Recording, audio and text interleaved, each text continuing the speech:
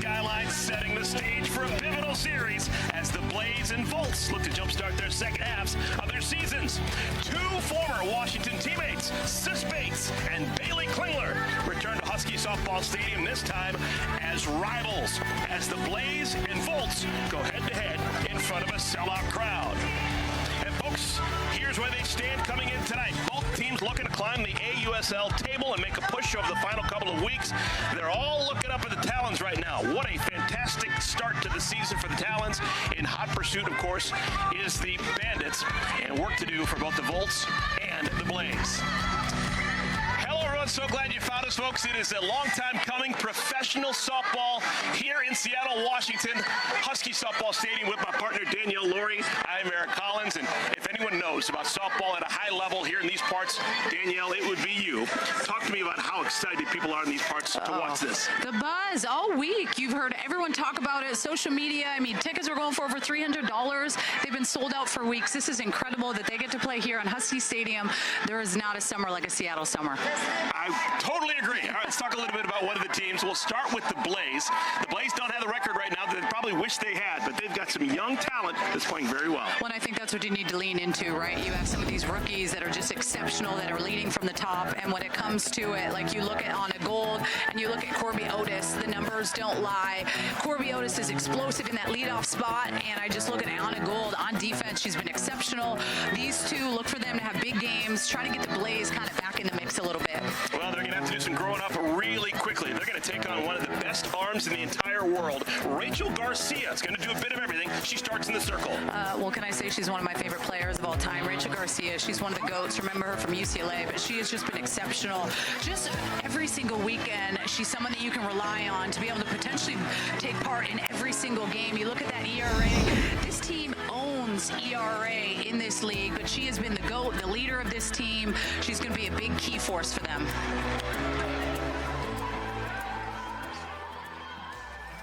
Rachel Garcia, she has almost a strikeout per inning of work so far this season against the best of the best in North America. Yeah, I think she's exceptional and so experienced, right? Not only the college game, but you just look at her over the course of the last couple years with Athletes Unlimited. She is that true vet, and she is the leader of this pitching staff. And looking at 42 innings pitched on the year, she's just, when I said one of my favorite players, it's because I meant it. You can tell she is physically ready to rock. She worked hard in the off season, and she truly is one of the GOATs. Well, the Blaze, 308 team batting average, only 10 home runs. That's lagging behind. You got Otis leading things off. Aubrey Leach starting to play some really good offensive softball. Bailey Klingler comes back to where she played her college ball. Gold, Kowalik, Newland. Devin Netz, welcome to the Blaze. She was traded just earlier today. And Mackenzie Clark and Kaylee Harding rounding out the 9. It's been a whirlwind for Devin Netz, who is a part of the Bandits up until this morning. A trade sends her over to the Blaze. More on that as we continue. All right, game's first pitch here in the Pacific Northwest. Garcia called strike one.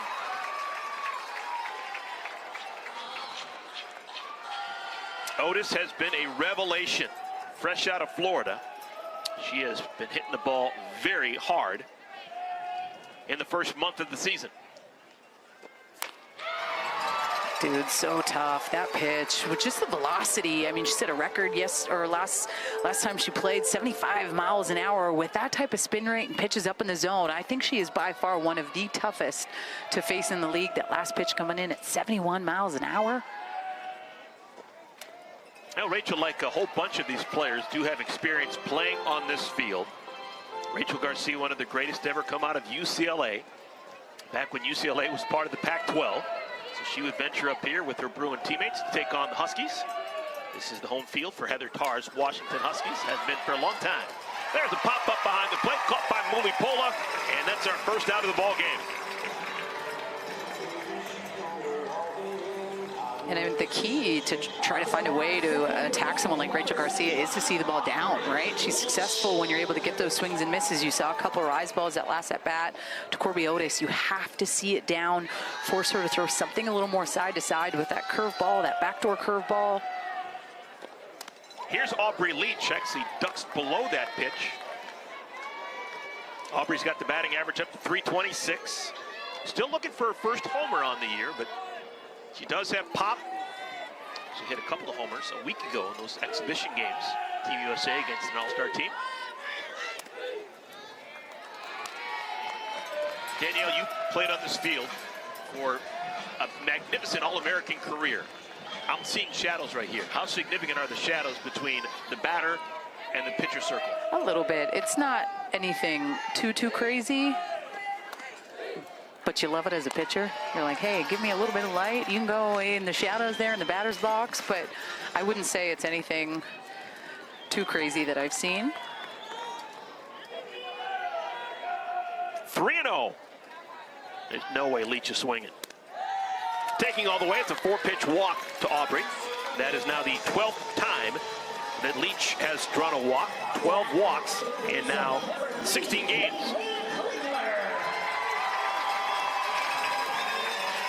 It's crazy when I rolled into this stadium with seeing all these fans and thinking about Bailey Klingler and Sis Bates and just them waking up today knowing, hey, I get to play at my alma mater and how special that feels.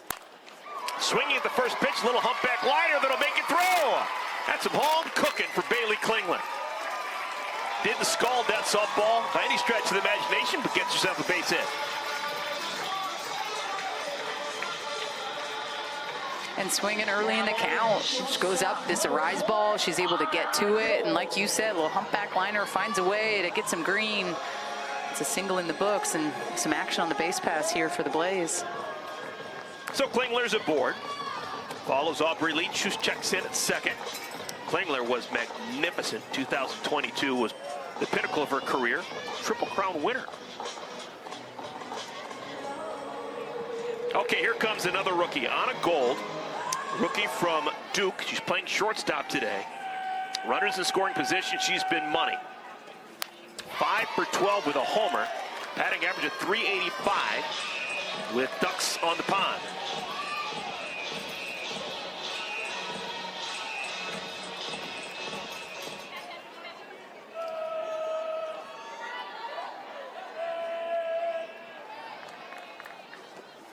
It's going to be curious to see how Gold makes it through this weekend. She had been playing a lot of third base first part of the season, but with her bat so hot, Klingler back in the lineup, that you need both of them out there at all times. And so Klingler's still at third, but they've moved Gold over to short, so she's got a little bit of different defensive responsibility. Let's see if that affects her in the batter's box. And a solid left side. I mean, Bailey Klingler was leading this league in average when that break happened, was on the concussion protocol, was cleared last game. So to be able to have her back in this lineup just adds a little bit more fear. But then to have her on the left side with Anna Gold.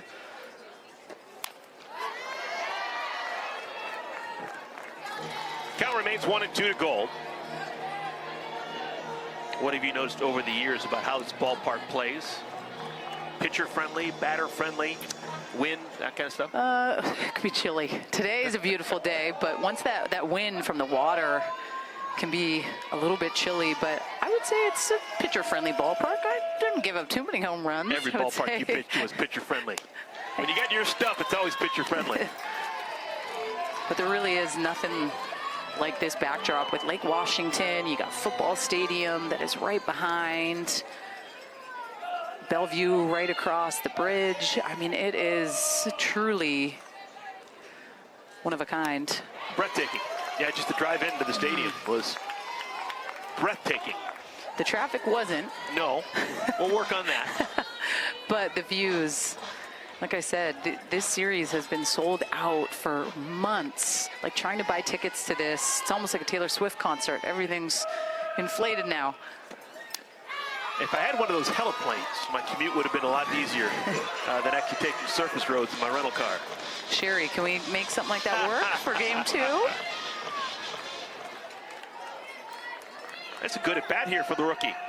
3 balls and 2 strikes. Important pitch for Garcia.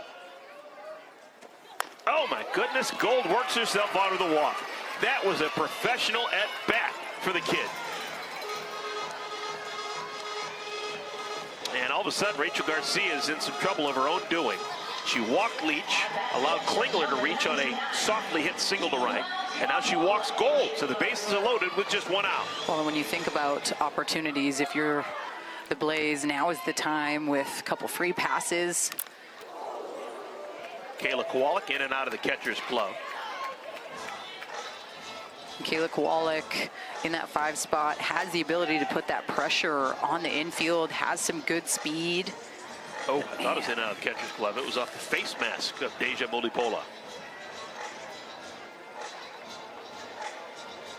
We've seen Deja for many years. She's tougher than walrus gristle, folks. She's going to be just fine, just needs a breath.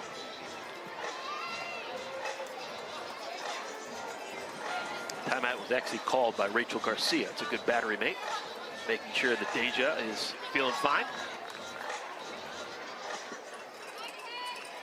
Okay, the infield's in. Infield is in all the way around. The play's going to be at the plate on something hit on the ground.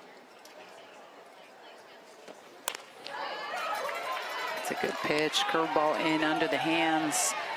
I think that first inning at times too, it's kind of trying to establish the strike zone. What am I going to be able to get? What can I get away with? What's my go-to pitch that I know I can count on?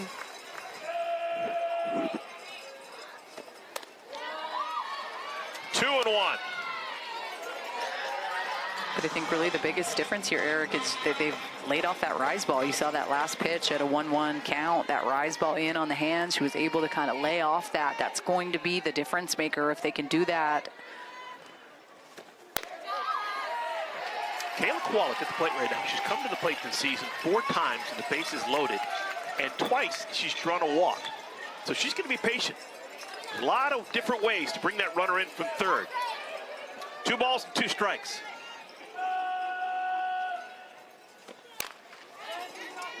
And we'll do it again.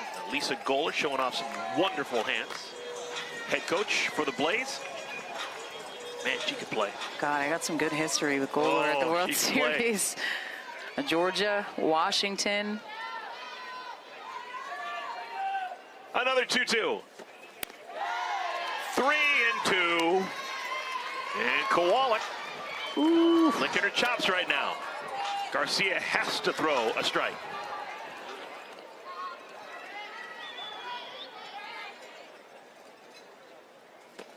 Oh my goodness.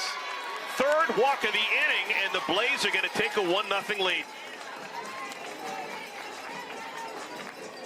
Leach touches home, and we've got a score for the first time today. The Blaze will play from in front as Garcia still tries to find some answers. Well, throwing a lot of pitches. 24 pitches so far with only 1 out. Those free passes, uncharacteristic of Rachel Garcia. She has been rock steady for this team. At times it's part of the game, it happens. Not going to say first inning jitters, but just trying to establish what pitches you're going to get. Sometimes you got a B+ game, you got to find a way to work through it. Alli Newland. 1 ball, 1 strike.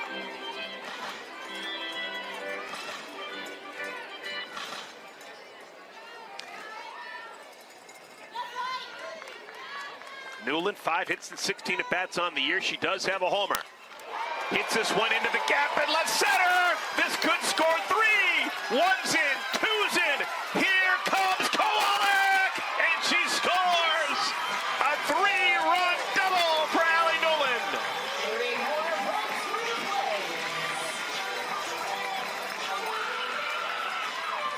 So clutch. Alli Newland stepping up big, but it's that drop ball, that off speed that just hangs a little too much over the plate. It's actually perfect placement, left center, right to the wall. You have speed on the base pass. Kayla Kowalik so fast, no doubt about it. Rachel Garcia has given up 4 earned runs. First ball swinging, Devin Netz rounds it out to the shortstop, Sis Bates. And folks, that is the 2nd out of the inning. That snaps a streak of 5 consecutive, reaching successfully against Garcia. I think once every broadcast I've ever done Rachel Garcia, at some point I call her Lisa Fernandez. I mean it as the highest compliment. They are similar. But I have called Rachel Garcia Lisa Fernandez consistently for the last 12 years. Here's Mackenzie Clark.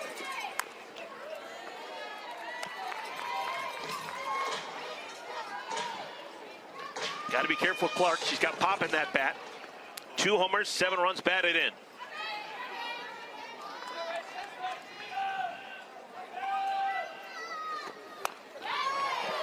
Poured it right past her, 72 miles per hour. Well, and that's what you want, right? When you're throwing that rise ball in at a spin rate of over 1,300, that means with that velocity at 72 miles an hour, that's a tough pitch. I'm going right back.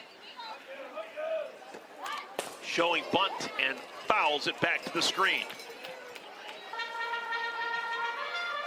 The one thing that I love about Rachel Garcia, it almost seems like effortless velo, right? Like, and with pitching at times, the beauty is that body types and pitchers are all so unique in what make them great. And when I look at Rachel Garcia, she doesn't have to have her back foot off all the way with that new rule change, but she's able to create so much power. Garcia strikes out Clark. Clark strikes out the bat under shoulder. Side is retired, but the Blaze, they do score 4 times in the first inning. Well, and Alli Newland, I mean, no better time than the present to be able to step up. Bases loaded. 4 runs for the Blaze. This has to feel good. Husky Stadium, 4-run spot. Blaze up.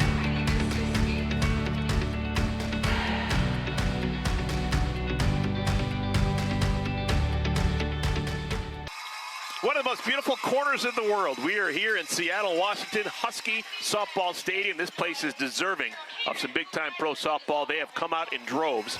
And we're going to see the home half of the first inning with the Blaze already leading the Volts 4-0. Here's the Volts lineup card presented by Kelly Kretschmann. Coffee, Amanda Lorenz. Oh my goodness, 3rd in the league in OPS. She is a Wunderkind with a bat in her hands. Sierra Romero, Tiare Jennings, Mia Scott. Sis Bates comes home.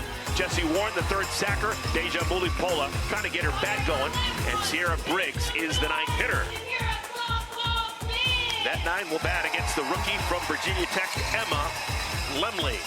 I love me some Emma Lemley, Virginia Tech. Rise ball pitcher, but one of those rookies, amount of good innings logged heading into this and into her rookie campaign. And I almost feel like the numbers don't reflect Emma Lemley to me. I feel like she's had some really good outings. I also feel like she's been put into some situations where maybe I would not have put her into, but that rise ball is the money pitch.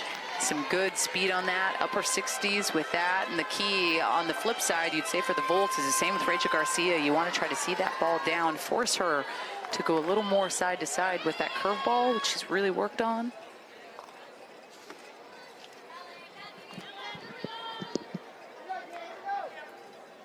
Danica Coffey leads things off. Amanda Lorenz, Sierra Romero already down 4 runs.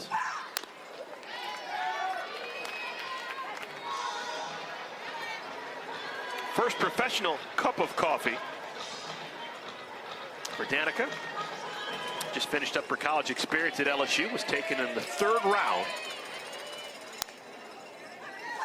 She's had a nice start as a pro, and she's only going to add to that. She was hitting .306. That's going to be bumped up. Her 12th professional hit. And a good start to the first inning for the Volts. Nice job by Danica Coffey, just finding the dirt on a gold pinch a little bit more towards the base. Second base, she's able to get something through.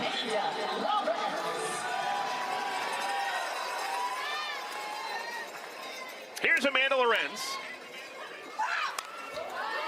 Straight back to the screen. You don't see that a lot. Amanda Lorenz, I can tell you, maybe twice before in the 15 years that I've been watching her play, she's ever swung at the first pitch. Normally uber patient.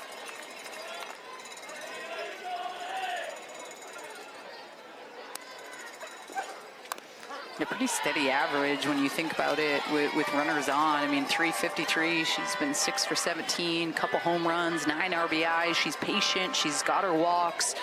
I mean, Amanda Lorenz is one of the most poised hitters in this league through and through with her experience, her plate coverage, how patient she really is. She will work in that bat and be so good with 2 strikes. And those are the most dangerous hitters as a pitcher that you have to face, are the ones that tend to be at their best when they have 2 strikes on them. 1-2. Lorenz skies this one to left field. Looking up into that sun is Otis, and she makes the play. One left fielder flies out to the other left fielder. One former Florida Gator left fielder flies out to another Florida Gator left fielder. So Lemley will work to Sierra Romero. Somehow Sierra Romero still looking for her first homer of the season. She's gone 41 at bats. She's had 47 plate appearances without a homer. It's not going to last for long, folks.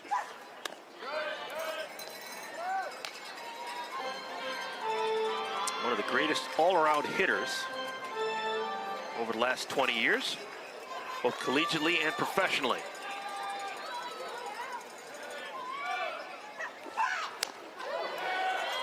One thing I am pretty certain of, Danica Coffey's probably got an anchor around her right ankle on first base. This Volts team does not run. They have stolen 2 bases in the first 15 games of the year. 2. And they've been caught 5 times.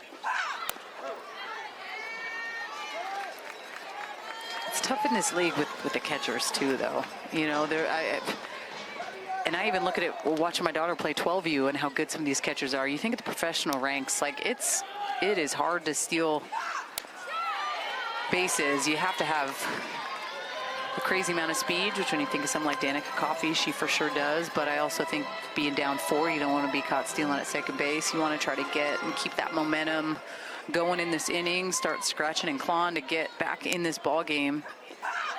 3-2 swung on and missed. There goes Coffey, and the throw gets away. So there are 2 outs, but a stolen base puts Coffey into scoring position.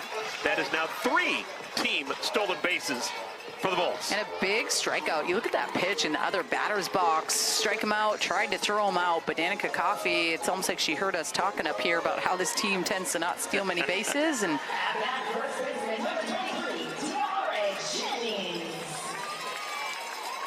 here's Tiare Jennings.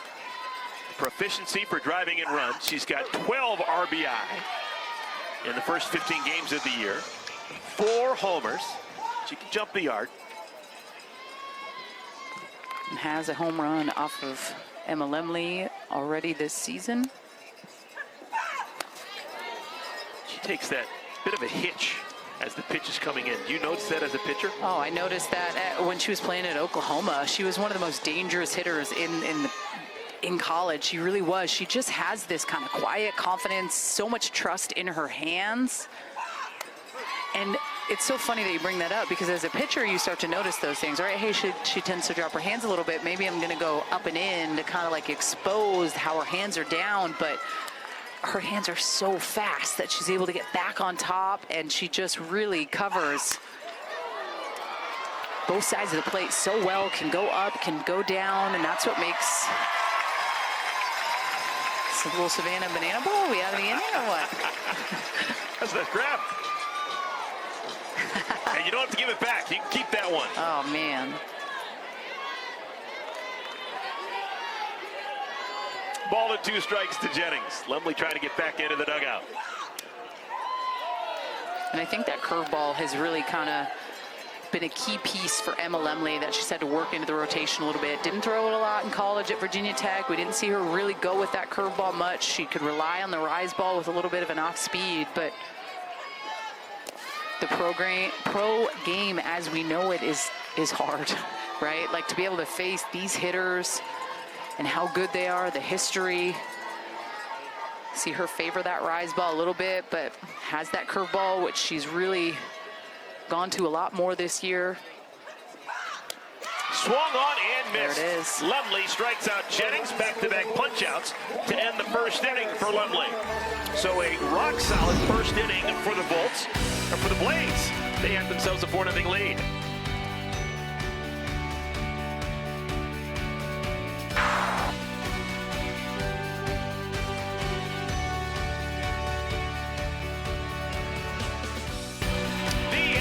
Unlimited Softball League is sponsored by Nike. 2 athletes who need no introduction, particularly in this part of the world. You got Sue Bird. Wow, Megan Rapinoe. That really jump-started the night off for me. I mean, the form was impeccable. Yeah. I don't know. Would you look that good if you were shooting a free throw like Sue Bird, or with a corner kick by Megan Rapinoe?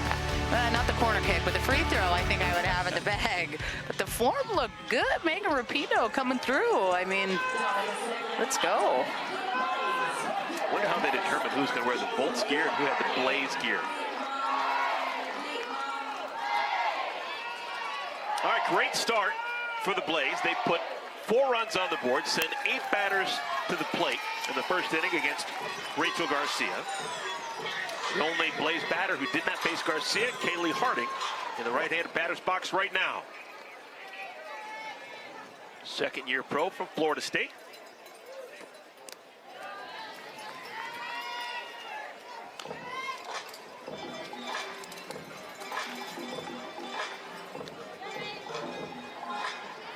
Harding had her first homer of the season a couple of days ago. Game played in Rosemont, just outside of Chicago. When you're looking at where Kaylee Harding is standing, I mean, the backs of her cleats are almost on the chalk at the back of the batter's box. She is way off the plate, which means she has to be able to cover that curveball away, but also respecting how she owns the inner half. That's the, you got a daddy hack at that one. That one was 70 down the pipe. Garcia threw 32 pitches in the first inning. Only 17 were strikes. That's not a good ratio. Can you fix it that quickly if you're Rachel Garcia? Yeah, of course. Being able to go in and just regroup for a second. I mean, a leadoff K right out of the gate, I think, helps that, but curveball away for that backwards K, pretty pitch. But a lot of the time it's just kind of like this mentality piece of like, dang it, not how I wanted that to go. I have to be better. And that's what makes pitching so challenging at times. Like, you struggle, you feel it when you're out there. So what adjustments can I make? How can I communicate? I feel like this battery is so sound together. I love Muli Pola, but both these two went to the Olympics in 2020. So they just have this connection. So it's really about being on the same page with that and knowing that I just need to be better.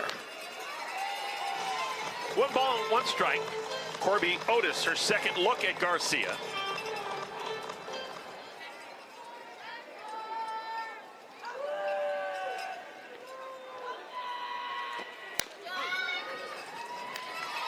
But what I've seen from last inning to this inning is you're seeing Rachel Garcia go more side to side with the curveball instead of starting with the rise ball. So she's not falling behind as much in count. She's getting ahead, which is then where you're able to go with a pitch like this, which is her drop ball. I mean, that pitch is filthy. 63 miles an hour. We've seen her throw a pitch today at 71 miles an hour. 3 consecutive strikeouts now for Garcia. And it's her cell, meaning the way that her body is able to throw this pitch as a hitter, you can't tell. And that's the beauty of an off speed or that drop ball. She can throw multiple speeds, and at this point in the game with how good softball is and how much data, don't even get me started on the data. There is so much information for anyone that wants it. So what's in your toolbox as a pitcher? And it's being able to change speeds multiple times, potentially in an at-bat. But work on, okay, hey, I have that changeup. That drop ball has been a pitch that, in my opinion, I think Rachel Garcia has really honed in on in the offseason and has brought in almost where she's caught hitters off balance. Like, man, I didn't even know she had this pitch. And you can tell the way that they swing at it. Garcia's thrown 6 pitches to Aubrey Leach, and that one has been a strike. And that's the first time she's thrown a strike to Aubrey. And things changed for Garcia in the first inning when she faced Leach. She threw 4 pitches, all of them out of the strike zone, and then unraveled.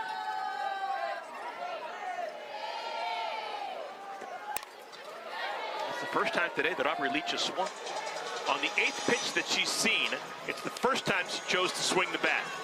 That is a patient, professional hitter. Came into this game with 5 strikeouts and 11 walks. He's already added another walk to that total.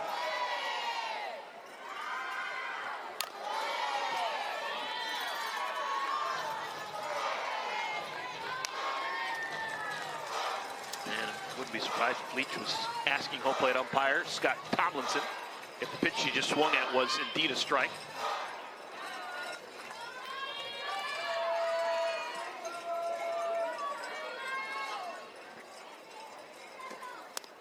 When I watch Aubrey Leach play, she's always the one person that I look at and say, I think she wants to be perfect. Like some players, okay, I'm going to hit 400 or whatever, 3 pitch. I think she thinks she can be perfect. Every single pitch, she's grinding.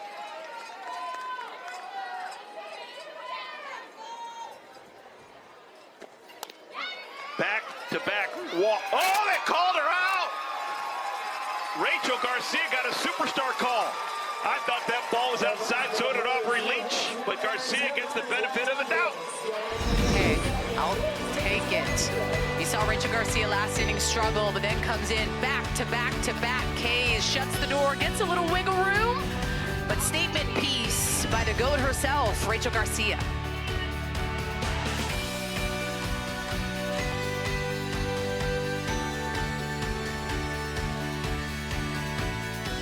Everyone, my name is Sis Bates, an infielder, and this is my player profile. So I was the only little girl in the neighborhood playing wiffle ball, playing football, basketball, all the things. So Sis is a family name that just kind of stuck with me. Government name is Nicole, but not many know that.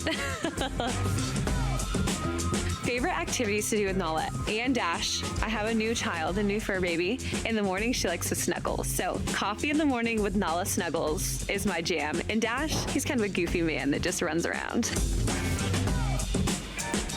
My favorite emoji. Lately, I've been liking the one, it's like a smiley face and it has hearts all around it. I send that one often because I just love all my friends. And that's a wrap. Nicole Sis Bates, thank you, fantastic stuff. She's going to hit second here in this second inning, and when she gets announced, there will be a hero's welcome. There have been a lot of great players over the years here for Washington. She is definitely up there on Mount Rushmore. Well, it's the way that she plays the game. I think I've always admired her, and there was this part where I was like, dang, I would have loved the opportunity to get to play with someone like that, right? Like her in the shortstop position was incredible. She just exudes this energy. She's always smiling. And at times in the most pressure-filled position as a pitcher, when you're able to look back and have that on defense and know when she steps in the box, the impact that she has, it can change your mentality as a pitcher and shift you to, oh, yeah, I don't feel as much pressure. Let's go. Let's use the defense. Here's Mia Scott, leads things off against Emma Lumley. Lumley struck out a pair in the first inning. Mia Scott, the national champion. Hit over 400 in her illustrious career at Texas. Still trying to get going as a pro. 4 hits and 20 at-bats for Scott.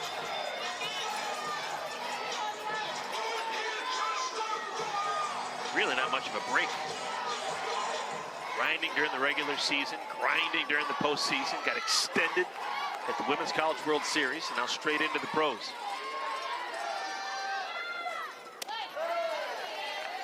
One of the most watched ever Women's College World Series. Texas Tech in the finals. The run that both those teams were able to have. Texas knocking at the door over the last couple of years, coming close. Ooh, Mia Scott almost a no-no there. That's a big rule. Maybe not this new generation. Hitters never touch the ball. There's a ball around there. You touch with your bat, but you can't touch the ball. Oh, Bad luck. That's new. No, well, you watch. Still learning from you. Some of the OGs, the ball's just getting their feet. They'll just kick it or use their bat, but don't touch it with your hand. 3 balls and 2 strikes. The last 3 hitters for the Volts have all reached full counts. They are making her work. Trying to see a lot of pitches. High pop-up. Center field. Easy play made. Mackenzie Clark, 1 down. It's now 4 in a row. Retired by Lemley after allowing a hit to Danica Coffey to begin her ball game. Here's Sis Bates.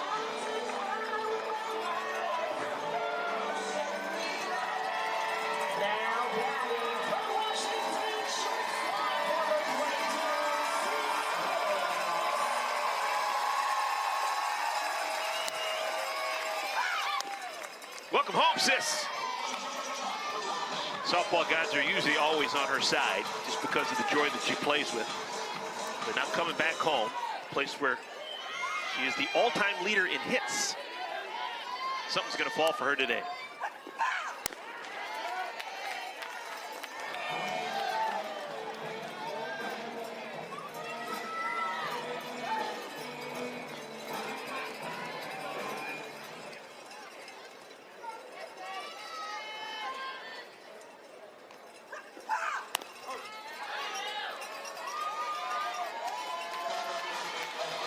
That triple threat as well.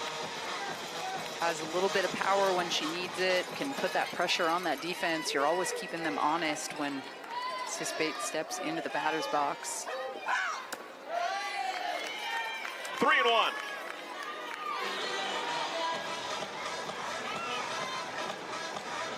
Fitting that Sis is wearing that purple, playing for the Volts. Would that be a Husky purple, the proper hue? Maybe it's slightly lighter than what you guys wore playing for Heather Tarr. I'm trying to compare it to that W that's in the background, or that purple fence in left field with the 2009 National Championship sign there. How close is that to the Volts? I'd say it's maybe a little bit brighter purple in the Volts, but. Little slapper foul.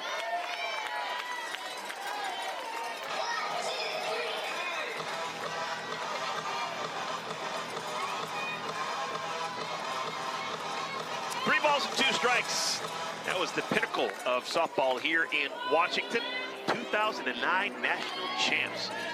What a Women's College World Series that was. Tremendous run. I told you folks, good things happen to Sis Bates, particularly when she plays here at Husky Softball Stadium.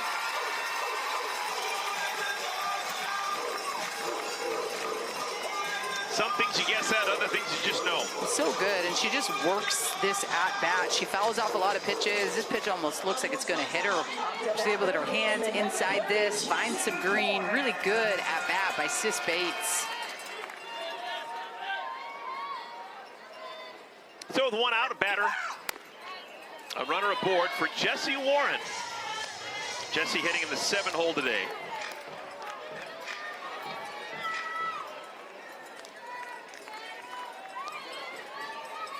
Atypical batting average for Jessie, just .257. That just means she's due. Had a homer and 35 at bats. That just means she's due.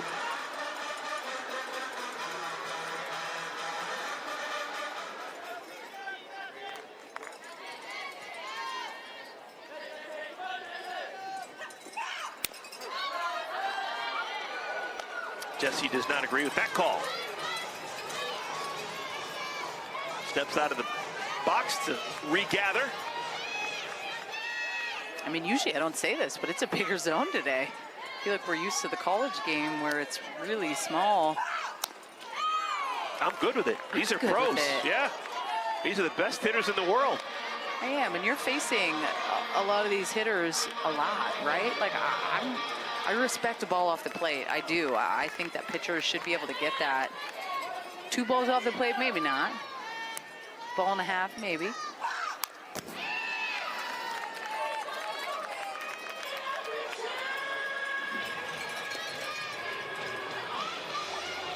Greatest softball player to ever play for Lonnie Alameda at Florida State. Jessie Warren, national champ.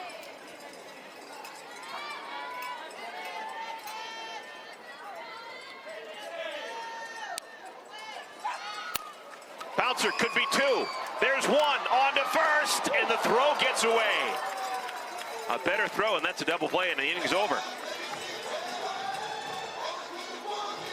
Well, and remember, like you had mentioned, Anna Gold has been playing over on the left side at third base. Now with Bailey Klingler back in the mix, she's been moved to the shortstop position. A little bit different. I think this is a classic, easy 4-6-3, and the throw gets away from Gold and only able to get 1 out of the mix.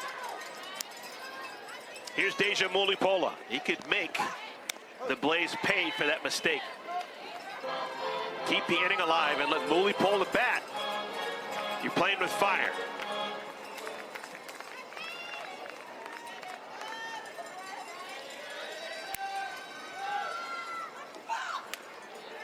take a look at the Volts record through 15 games, they're 5-10. And you can take a look right here at the bottom part of the order. Jessie Warren, an elite hitter, hasn't put up Jessie Warren numbers. Deja Mulipola, an elite hitter, hasn't put up Deja Mulipola numbers. So that's going to be the key to the second half of their season. Well, and I think it also goes to show how challenging at times this game really can be. But the difference at times is it's not necessarily some big mechanical change. I think there's obviously more pressure that these young ladies are probably putting on themselves to have to perform. Because when you look at that lineup, you're like, what's the deal? So that added pressure on top of the elite pitching in this league has made it very challenging. And I'm with you. I look at players like Jessie Warren, and I look at Mulipola prior to this at bat. I mean, she had only had 3 hits in 23 at bats. I need more from her for the player that she is and what you expect. I need more. Hit hard, but directly foul.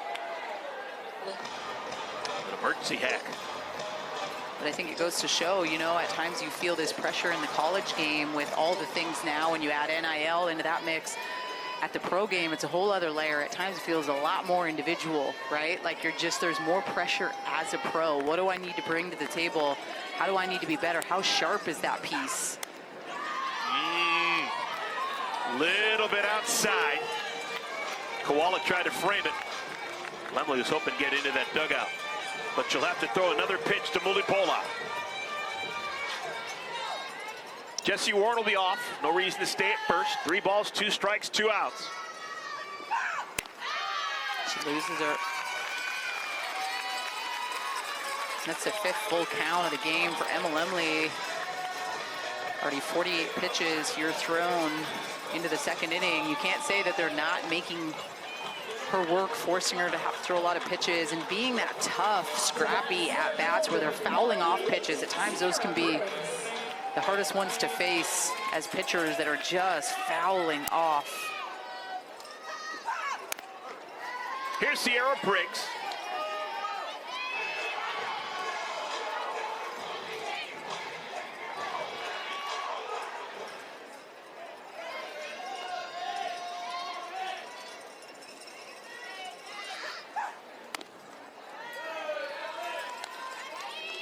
Briggs starting to get a little bit more playing time. 5 hits and 23 at bats, has not driven in a run. But an opportunity here.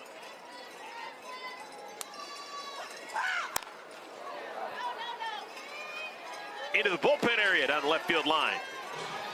Lemley's got her set up. Ball and 2 strikes. If you're Lemley, what's your thought process here to get this final out of the inning? I mean, I know that my bread and butter pitch is that rise ball. You've seen her spin that curveball a little bit, but I got to climb the ladder. I got to trust that piece of my game. I want to say that was a missed rise ball, but at times you just don't know how comfortable she is maybe throwing that curveball in underneath the hand. So if you eliminate that pitch, you know she really just has that change and has that rise ball. So right back through the middle. That'll score a run. Warren around third. She makes it with a dive. Briggs smoked it past both Lemley and Gold. Oh, this was scary. Look at the pitch though, right back up the middle, because that's where the pitch misses. Scary situation for Emma Lemley, but Tiare Briggs in the 9th spot, turning that lineup over, continuing to try to get some momentum going for the Volts. First ribby of the day, puts it 4-1 and passes it back to Danica Coffey, who had that leadoff base hit. Remember, this inning could have been over. The ball hit by Jessie Warren, the double play wasn't turned. And because the double play wasn't turned, Mulipola with the walk, Briggs with the hit, more pitches for Lemley. And now the top of the order, Danica Coffey.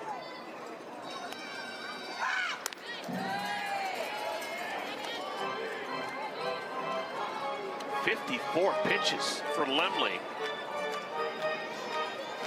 here in the 2nd inning.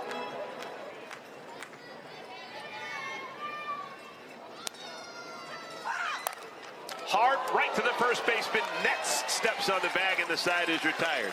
But the Volts, they break through.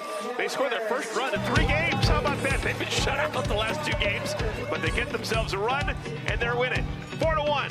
Blaze on top of the Volts.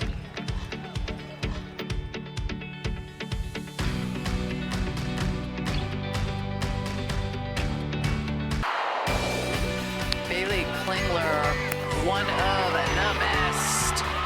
Couple home runs, a little mambo taco with the curveball, but a couple off Megan Framo. And listen, she was leading all of AUSL before the break on concussion protocol, was able to come back. So good. She's a statement for this team. She really is. It's almost like she's carrying over that momentum that you felt when she played for the Huskies. She was top 3 finalist for National Player of the Year. Her average was insane in the college game. She was just such a threat, and I think that is what you can appreciate the most when you have those types of hitters that just give you this fear factor when they step in the box, that they can change the game. And that is Bailey Klingler. When I think about her through and through, she just instills that fear in a pitcher who can swing it. For those with a discerning eye, you may see a little small microphone on the collar of her jersey. That means we're going to talk to her, folks. We're going to talk to her when she's in the field next half inning. But right now, we're just going to watch her as she hits against Rachel Garcia, who seems to have figured things out. Garcia has retired 5 consecutive with 4 strikeouts in that 5-batter window. Struck out the side in order in the 2nd inning. And this may be a pitch comm malfunction. Lily Pohl is going to her dugout, swapping something out. Fun fact, they brought me that little nugget up here in the booth, and I've been loving it. Not that I dig these things and the arm guards, but this is the first time that I've ever seen these. Really? Yes. Oh my goodness, So welcome to the modern age. I have been glued to what Rachel Garcia has been throwing. I think these things are cool instead of having to play tic-tac-toe on that arm guard.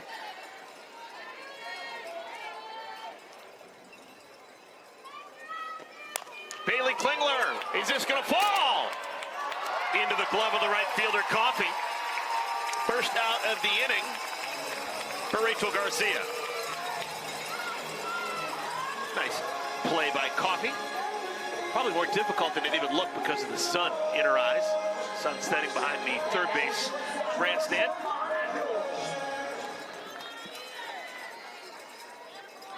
Here's Anna Gold.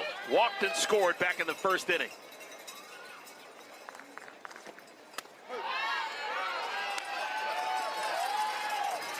Danielle, when you played on this field as an All-American in Washington, you were in the circle. How were the pitches called? Was it a dugout thing? Was it your catcher? Catcher and I called the game. Swatted into center field, medium deep. Briggs makes the play, 2 down. So Garcia's only needed 3 pitches to get 2 outs. And since she's given up that 4-run spot from Alli Newland, that double, I mean, she's been a completely different pitcher. She's turned it around. Look at that 1st inning and all the stuff that's gone down, that 2nd inning quick, and then you're seeing it again here in the 3rd. That's how you do it. When you're a boss in the circle, yeah, you have a tough inning, but how am I able to bounce back? And you've just seen her be a lot more efficient. You saw a good chunk of walks, those free passes. Anyone that's listening obviously knows as a pitcher, free passes end up hurting you heavy. Kayla Kowalik walked and scored back in the 1st inning. That walk came with bases loaded. It's actually the 3rd time this year she's walked with the bases loaded. Smart softball.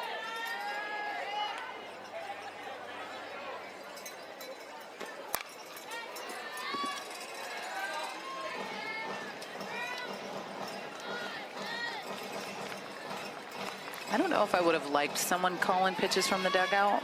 I just think there's something so cool with the catcher being able to see the ebbs and flows of the hitter and the hands and the movement and where they're at in the box. At times you can't see that from the dugout. Called strike 3. Kowalik can't believe it. That is now the 5th strikeout for Garcia. And 4 of them have been looking. And you know what's unique about this? Kayla Kowalik takes this for strike 3, but now she has to suck it up and get behind the dish and chat with that umpire. That's what makes that unique.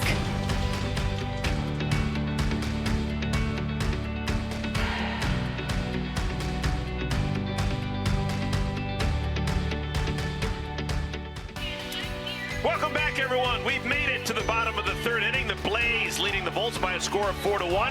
Husky Softball Stadium, professional softball.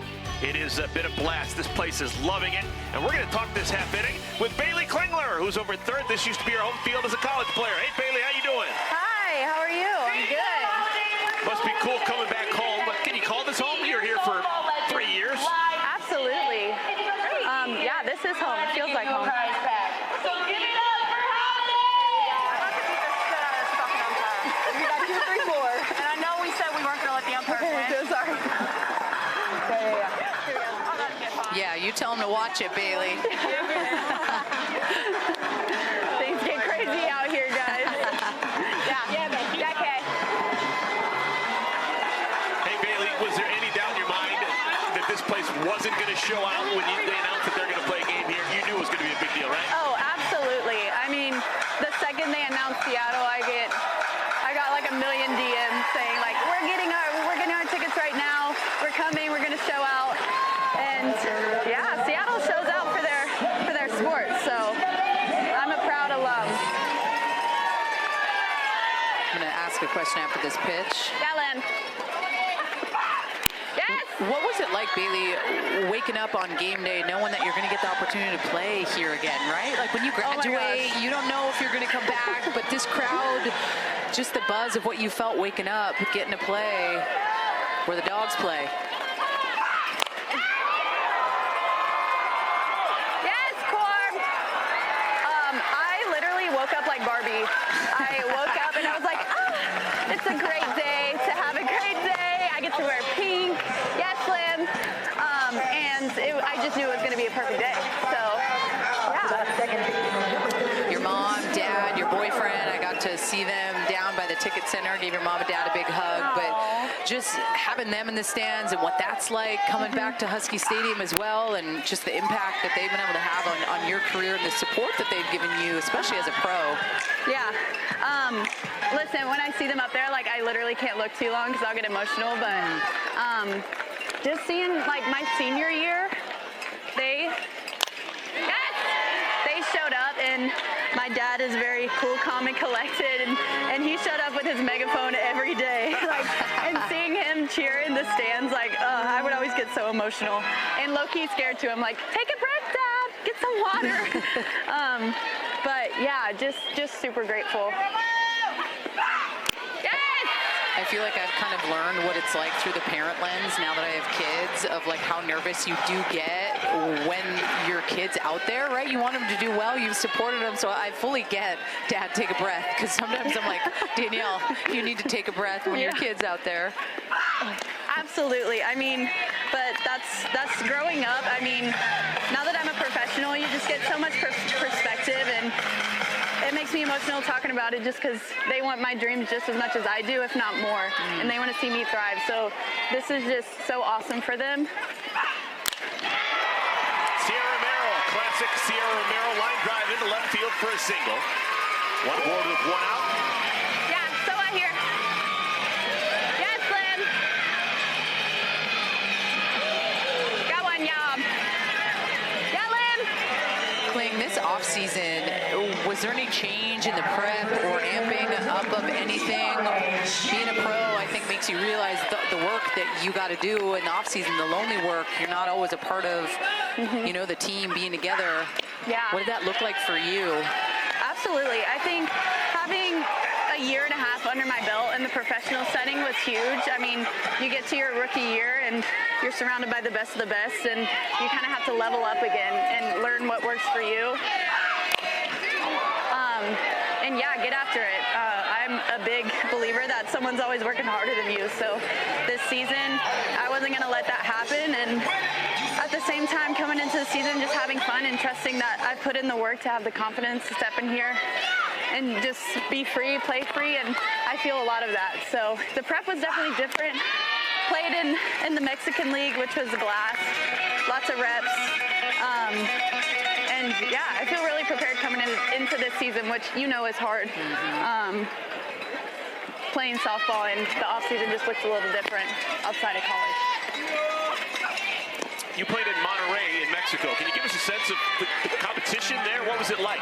Man, it was really cool. We had some girls from AU over there. I know Meg Framo was there. Love competing against her. Prefer to compete on the same team, but yeah, there was girls from all the leagues. Yes, Lynn! The Italian League, Mexican League, AU, and so it was really cool to like see everyone come together in a sense and get so many different types of play. So I think it 100% made me a better player and human. Like, how cool is it to live in a different country? 2 down now. Romero still on at first. This is Mia Scott. Well, and I feel like at times the biggest difference really is the reps, right? You'll have some of these rookies that come in and make an impact right away, fresh off of college, because they've gotten it. If you're not getting the opportunities or not getting to play in the Mexican League, trying to do that as a pro, how are some of your teammates finding ways to get that in? Are they connected to the universities? Is it just kind of going to a D-BAT? You guys talk about that stuff? We do. It kind of looks different for everyone. I mean, some of these women have a 9-to-5 job that they're grinding all day, and then they go home and they have to find a cage to get reps at by any means. And a lot of these women work as coaches in college, so I mean, they can work out there, but it takes a different dedication right now at where we're at. But it's so cool to see the growth of this sport. I mean, we have a sold-out stadium, so it doesn't get much better than that. Like, people want to watch us, and the more that this happens, the more we're able to make this a full-time thing, and that's the ultimate dream. So little girls can dream of playing professional softball for a living. Amen. You said it perfectly. 2 balls and 2 strikes now to Mia Scott.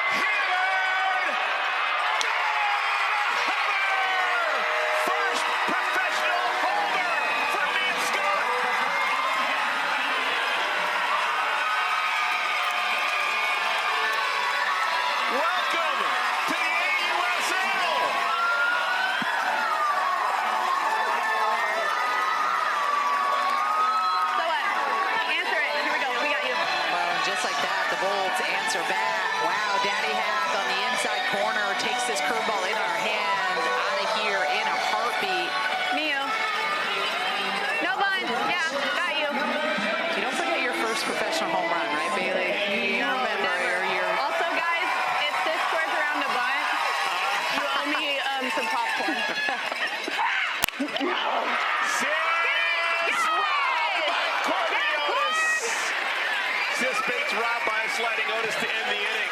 Bailey, thank you so much for your time. You were great. Thank y'all. Big fan, Bailey. You know that. Keep on keeping on. Okay, we got a ball game. 1-run game. Blaze hanging on like a cat on a screen door on top of the Volts. Corby, Otis, keeping this game close, laying all out. This is what it's all about. Defense wins championships. You love that effort. Big Corby Otis fan up here in the booth.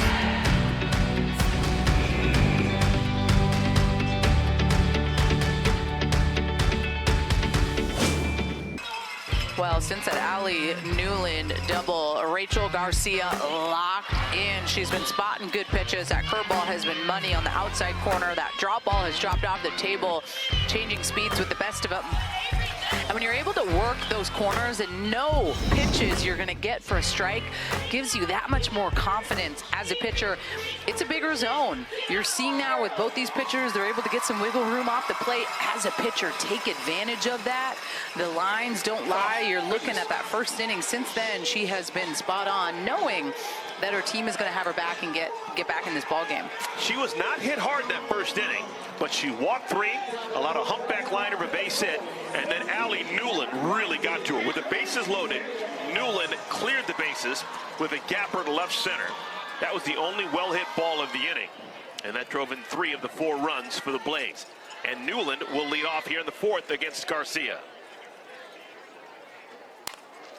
Swings at the first pitch, Sis Bates. That's where pop-ups go to die. 1 pitch, 1 out here in the 4th inning. For the people at home who just saw that line with Rachel Garcia, first inning versus the next 2, how often is it just simply not warming up the way that maybe she should have?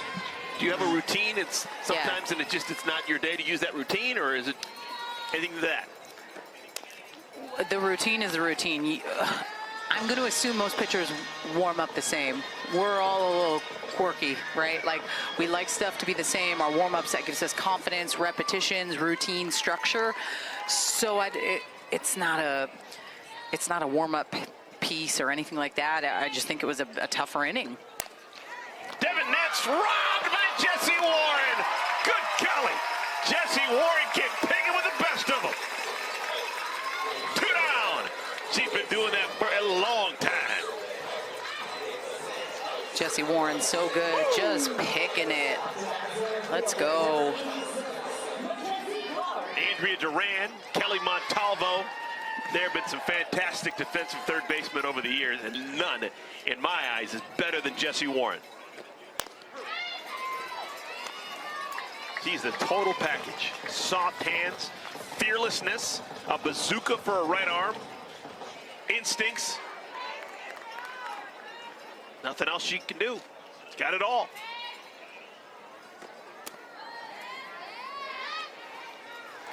Went over the course of the last couple of years, too, winning some big defensive awards. 2023 won that Defensive Player of the Year. She also was the 2-time AUX MVP, 23 and 24. And those are key pieces in the success of your team. Defense, you as a pitcher, like I mentioned a couple innings ago, it just less pressure at times you feel knowing that your defense is going to be able to step up and have your back like that, especially the corners. Oh, that got Mackenzie Clark. That was a 1-2 pitch that got away from Rachel Garcia. And that snaps a streak of 10 in a row retired. It does not feel good. You can see the frustration all over Mackenzie Clark's face. The one thing that I will say, Eric, about Rachel Garcia, there is zero fear with going in. She hits one, whatever, move on. She's hit 9 batters this year. So, as a hitter, I don't love that, right? Like, you know you're stepping in the box. Maybe that's a reason at times why some of these hitters are backed off the plate. Bouncer, backhanded by Romero. The jump throw too high to first. And the ball goes in the dugout. It's out of play. And they will allow Clark to take an extra base, I think. She was almost at third when she's going to be asked to go home. Oh, hold on here. They're calling this a dead ball out. That was what the mechanic was. I think this is going to have to be interference, with the offense interfering with the defensive team. I don't know if it was on Romero when she fielded it or at the first base when the throw went over there. But this is going to be out number 3, much to the chagrin of Elisa Goller and the Blades. I need to see a replay on this. And they're going to challenge this. You can see the Goller is asking for this to be looked at. And I was wondering if they were potentially saying that she left early. I think that's what they were saying with Mackenzie Clark, because that was a straight steal. Blaze is challenging the call in the field of leaving early at first base. You're dialed in, Danielle. I don't know about that. You're dialed in. And they called it a dead ball out at first because the runner went too quickly. Okay, I just saw the left arm out straight, which means dead ball, but for some reason I thought that meant dead ball. The ball's in the dugout, you get to take an extra base. This should be the perfect angle. No. Oh man, that's splitting hairs. No, I don't think she left early.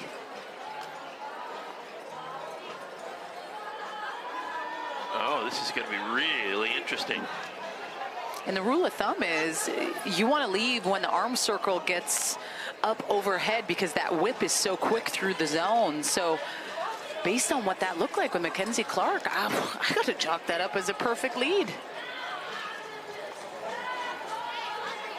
Well, if they do overturn the call, it's going to be interesting to see how everything else gets unraveled.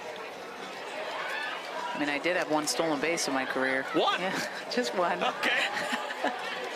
Sneak attack. Here we go. After review, pitch. The runner did not leave early. So score one for Lisa Goller and the Blaze. And now Goller is asking if Clark can get all the way home because the ball went into the dugout.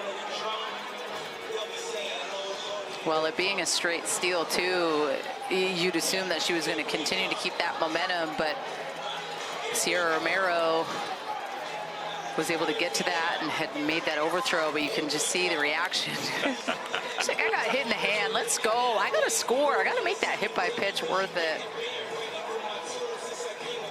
Well, she won one argument by winning the challenge. The inning stays alive. But she didn't win the second one, asking that Clark be allowed to come all the way in and score because the ball went into the dugout.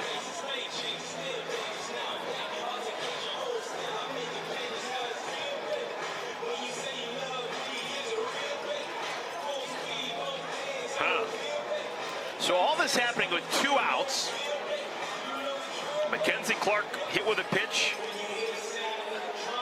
And then Harding with this bouncer to Romero that Romero threw where exactly? Into the dugout. And at that point, Clark was 2/3 of the way on her way to third. This is still being discussed. I do think that if Romero was able to get that throw down, that it could have potentially for sure been out at first base. I do agree. She has a cannon. Well, Goller's making the argument that Clark was almost at third when the ball went into the dugout, and she should get an extra 60 feet.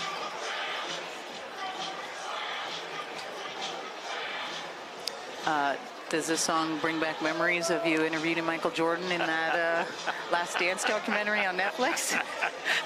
Oh, you were paying attention. You were paying attention. Little Space Jam. All right, it looks like we're going to play with Clark at third and Harding at second.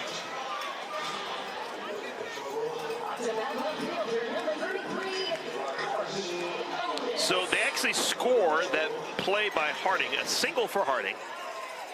It's her second base hit of the year, and she moves to second on an error by Romero.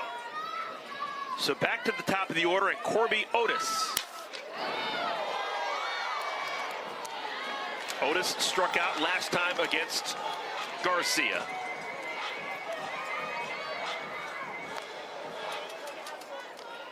Two outs, 3 for 7 on the year for Otis. On the ground, look at Jesse Warren. How do you do? Jesse Warren saves the day for the Bolts, and the Bolts still only down by 1. Well, Jesse Warren spectacular on defense this inning. Clutch, just a laser across the diamond. Gets the Bolts out of the jam.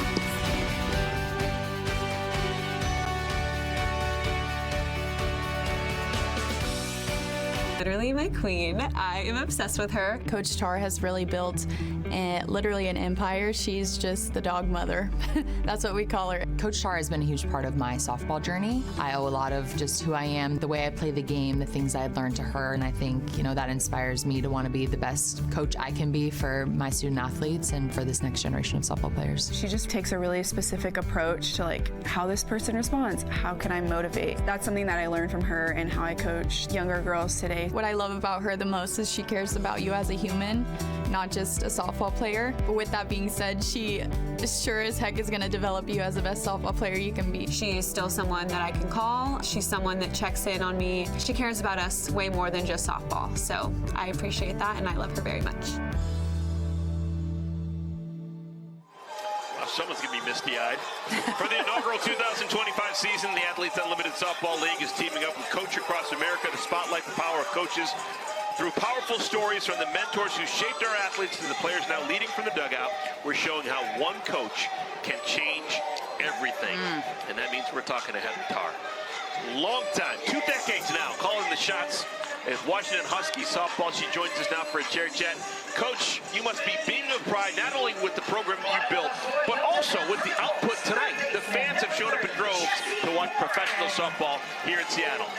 Yeah, I really can't can't even like put into words what it means to us to see this environment. And, you know, I have to give credit to Coach Wilson, who started the program here at Washington. She's the one that really had, you know, a lot to do with building this, and so all credit to her. But, you know, there's been so many athletes that have made this place so special, and obviously we have 3 of them physically in the house with Danielle in the booth, but Sis and Bailey, and, you know, Jen Salling, I'll give her the credit, but there's a ton of our former players in the stands and our current players working here. It's an amazing opportunity to be able to host this weekend. What's it like getting to see Sis Bates and Bailey Klingler playing again at home? I mean, it's been a sold-out stadium for months on end. As soon as tickets were available, like, everybody found a way to get tickets here. They're going for over $300 on SeatGeek. Deja Mulipola deep to right. It's off the wall. Extra bases for Mulipola. Runners at second and third. The ball gets away. Here comes Warren. She scores. Oh, this is fun. We're tied at 4. That outfield wall will get you every time, huh, Danielle? I know it. Oh, man. I feel like they could have played this better. I mean, this was a deep shot, hit the wall, the bounce back. That hurts them a little bit, but it's a play that gets by, that goes kind of into the dugout a little bit. There's a little bit of touching with Klingler, which was going to be obstruction. She was going to be given home no matter what because she touched the base runner, but I think they could have shored that up a little bit better. Yeah, that happens here, you know? Yeah. So that wall is a little bit of an advantage for the offense sometimes. And the turf, the bounce on that turf. Yeah, for sure. But you asked me a good question, I think, about just seeing the 2 of our players here. And it's something I don't think that we've been able to like dream about yet, because we haven't really had a lot of opportunities come our way from the professional side of things. But for me, being a Seattle-born person and playing at UW, coaching at UW, I'm in disbelief the opportunities that haven't yet been realized here, and that can be the professional side of softball being able to be realized here. I mean, just seeing what the Seattle Storm have done, what the professional soccer has done, and now we have the professional hockey, and to even think about with Kim Ng and talk to her about, you know, her hopes maybe to bring one of these teams here to Seattle for our future, but you just haven't really been able to even think like that. So to think that Sis and Bailey and our players could come back here and actually play professionally one day, it hasn't even been a thing. This is like a dream come true, and I'm just so proud of the game and I'm proud of the potential of our game, but certainly just like it's unreal to be able to see Sis and Bailey back here. Well, and when you think of kind of a staple of being able to play somewhere, you think about Seattle, like the fan base always rallies no matter what. You think about the weather in the summertime.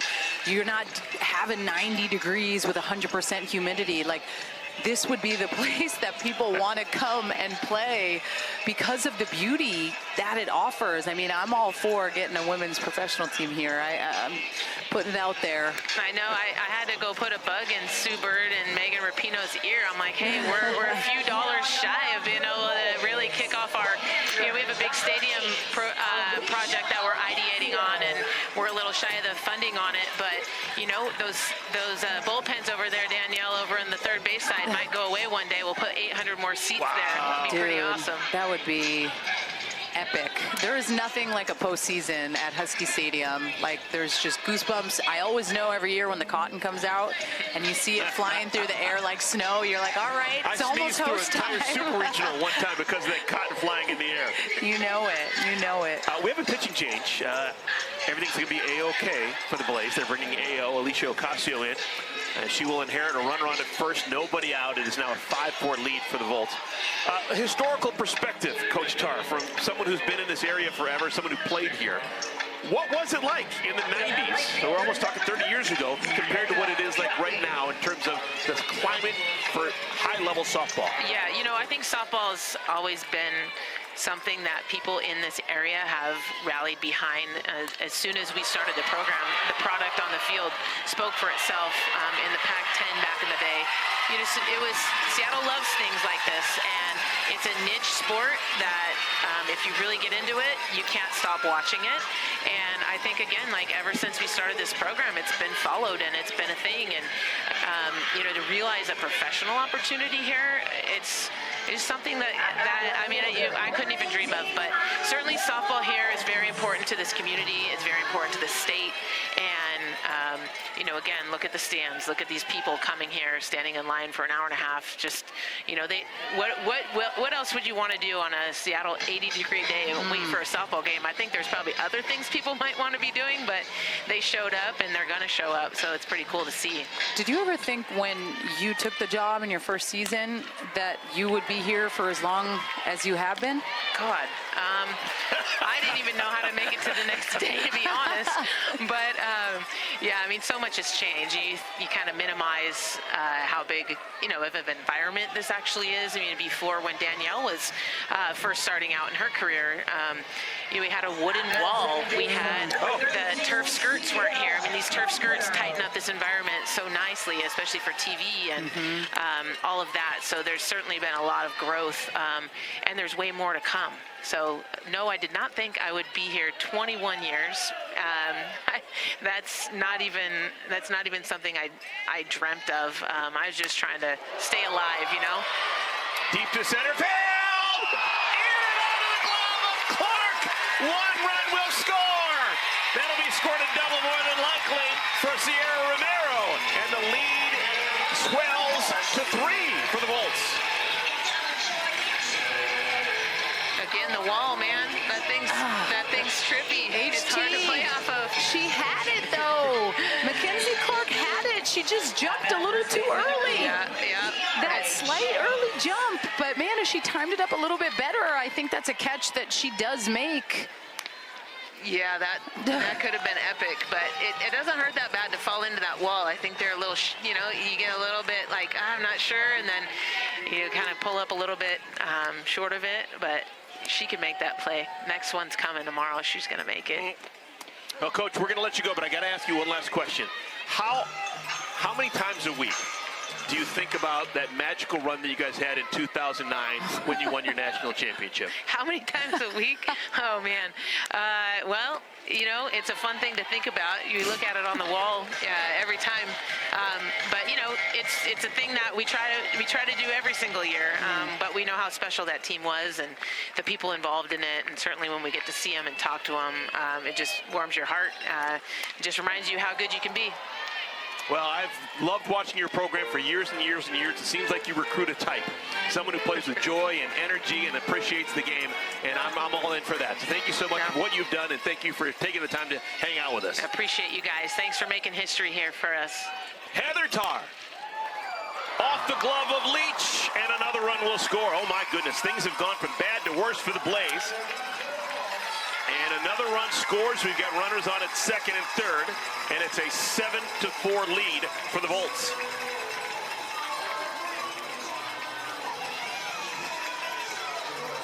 I don't know how that's going to be scored. It's a really tough chance for Leach. Well, and that's a hot shot for sure. Do I think that she's a type of defender that can make that play? I do. I still think that is a really tough play. She's in a little bit with the pressure of runners on the base pass, but just a change of events really quick here. It's almost like I feel like Emma Lemley should have maybe got pulled a batter or two sooner. And then it's just come down to a couple defensive things, right? Like that overthrow to allow another run to score. Mackenzie Clark, if she's able to get that ball, there's some different stuff going on. And I mean, I hate to say it, but like when you think about pitching at times with the Blaze, like they're missing their first rounder. I mean, Carly Hoover was a first round pick, and she's someone that has not been able to pitch, I think, more than 37 innings. So that hurts you.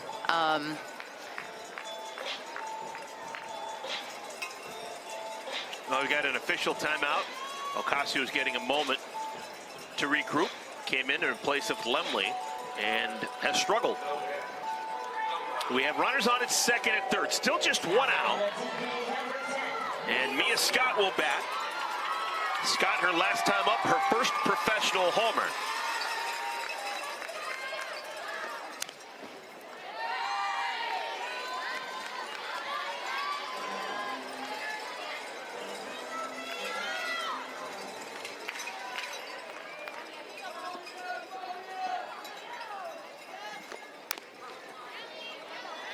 One and one. And all season long, the Blaze, their pitching has been up and down. Team ERA, staff ERA of 7.40 with 23 homers allowed coming into this game. It's hard to win consistently when you're giving up that many runs. It's really hard. And Ocasio, one of the best pitchers in the world, has been for a decade. Yeah. But being extended, she's pitching way more innings than I'm sure she probably expect to. You know, in college, you can pitch every single day, and, you know, it's not that big of a deal. But you don't against these hitters, good luck. Well, and you don't see it as much as you used to in the college game either. Like, and I think you saw that with Texas Tech this year in the Women's College World Series. Like, Nigeri Kennedy was spread thin in Game 3, and you saw the fact of Texas with Tegan Cavan and Mac Morgan. They were able to kind of work together to fight for that national championship instead of feeling like it was one arm. And that is where our game is changing and evolving, because hitting is that much better. And there's a lot more data and technology and hack attack machines. And on the ground, the Blaze at the plate. Gold throws a strike. Man, she's got a cannon. That was textbook for Anna Gold. They're now 2 outs.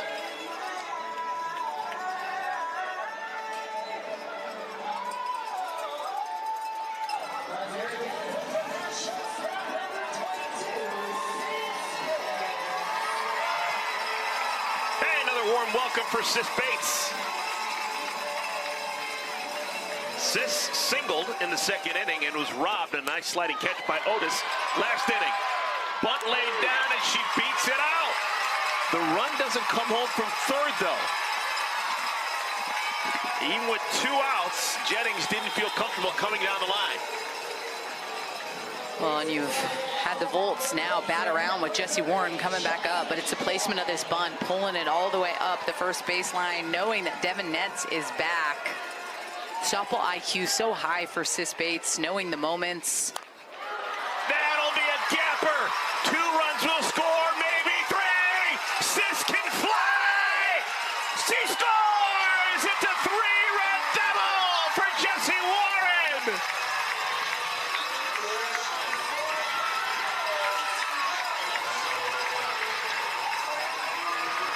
Second bases clearing double of our ball game. And Jessie Warren last inning making a couple defensive absolute wham gems, and then steps up here with a couple hits. Single her first at bat and a bases clearing double. This inning, clutch, carrying on that momentum. Wow. It's starting to get a little bit late for the Blaze. They're down by 6. You've got a runner on at second base. There's only 2 outs. We do play with an 8-run run-ahead rule. We're not at that point in the game yet, but you never want to be trailing by 8 runs or else the game can end early. We're still only in the 4th inning, so that's not coming into play, but the Blaze have got to get back to the dugout pretty soon. A home run here by Muli Polo would be a problem. That would be a home run in the phone booth, but that's about it. And I got the chance to sit and talk with the head coach, Kelly Crutchman, today before the game kicked off, and just talked about the offense. Like, looking at this offense, I'm like, why are they not producing at times? Said, hey, we're just really trying this second half to take a little bit more pressure off of them. At times you've seen it being a rotating lineup. It's not always the same lineup for them. It's like they're trying to find the key components, the hot hitters. But hitting is hard, right?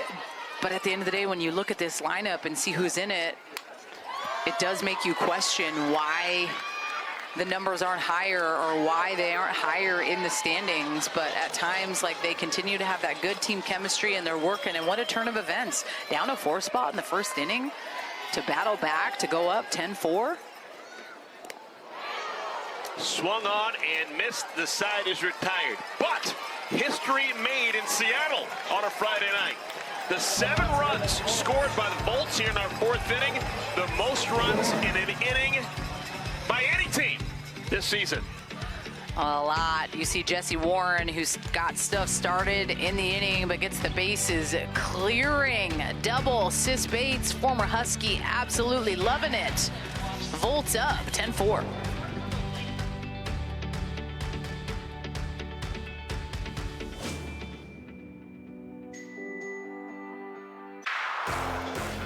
While Jesse Warren defensively is one of the best players in the world with just her cat-like reflexes. She is so fearless in the hot corner. She will get in your face and make some of the biggest plays. You absolutely love her playing behind you. You do not want to play against Jesse Warren. She is just so darn good. She's been clutch today with some key plays to have Rachel Garcia's back.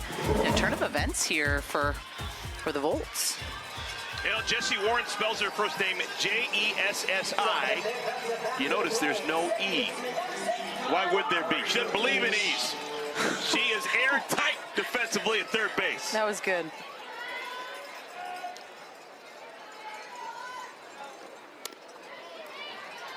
There's a really good third baseman that I was fascinated with years ago here in this field. Taylor Van Zee. Never played pro ball. But man, was she a fantastic college third baseman. She was on that left side of the infield with Sis Bates. And I always wondered how the softball gods would ever allow that Washington team to lose, because they played the game the right way with joy and energy and feeling and camaraderie. You know who they were playing when they lost?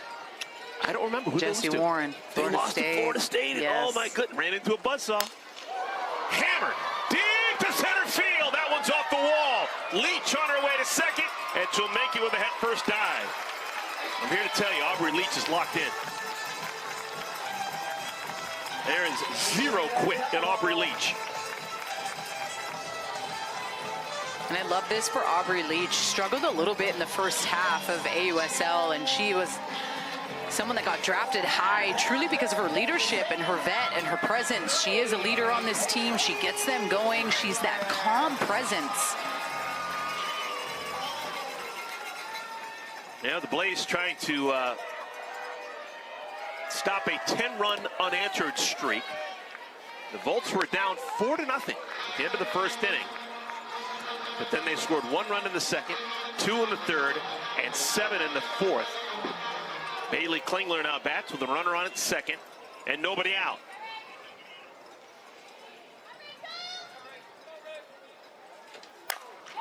This one drilled to the wall. Leach can saunter home. It'll be back-to-back doubles for the Blaze leading off the 5th inning. Now maybe Rachel Garcia getting toward the end of the line. She has been battered with back-to-back line drives. Wow, this is just an absolute laser. And you saw the first step by Amanda Lorenz, because off the bat, she thought it was in. She comes in to have to go back. Just a tater all the way to the wall. Sometimes those ropes off the bat are the hardest for outfielders to try to track.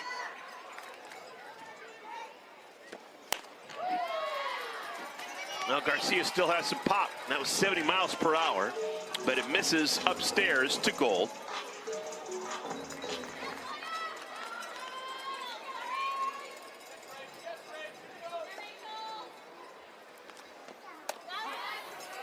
Good pitch. I've always thought that Garcia, more so than most softball players, understands how to play with the lead. Oh. When she was down 4-0, you knew she was going to right the ship. You knew that she was going to put up a bunch of zeros and allow her team to get back into the game. This one hits well as well. That's 3 consecutive laser beams. Uh-oh. That's a problem. Gold is barely back to the bag at first. How did she get back in? She rounded the bag too much and was just barely able to get back. You know what the beauty of playing at the professional level, just everything is so fast. And these athletes are able to execute plays so quickly. Jesse Warren's so fast right away, has an absolute laser on a goal. It's like, oh God, I got to get back.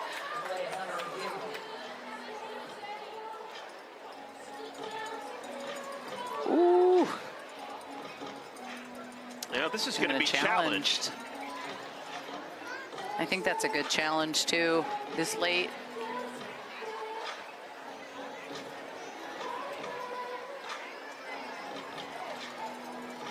Oh, what a good angle.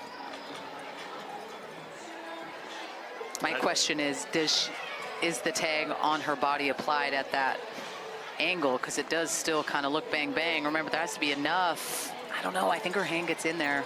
I think the call is going to stand. I think if Jennings had been a little bit closer to the bag where she could have just caught the ball and dropped the tag, as opposed to catching it and bringing it across her body. Yeah, I think it's going to stand.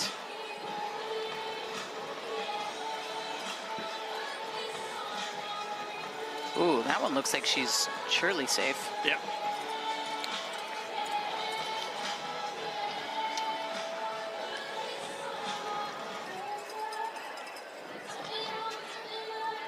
That's the first career hit for Gold against Rachel Garcia. She had been 0 for 6. After review, the call in the field has been upheld. The runner is safe. That's the Bolt's first challenge. So the rookie Gold is showing something every single game about how she's grown up as a pro. Had been 0 for 5 with 5 strikeouts against Garcia. But today, she got a walk. She hit the ball well to center field. And now she's got a base hit, which you can't hit any harder to the left. Kid's going to be all right. Here's Kayla Kowalik. If you're Kowalik, who can do everything, bunt, slap, hit away, hit with power, what's the play here with runners on the first and the third and nobody out? I use the ground to your advantage or try to hit kind of one over the heads, knowing that they are in. That's the beauty of Kayla Kowalik, is what she's able to do based on her speed. And they're probably in a little bit more too, respecting that she is that triple threat and can use the ground to her advantage, has the power if she needs.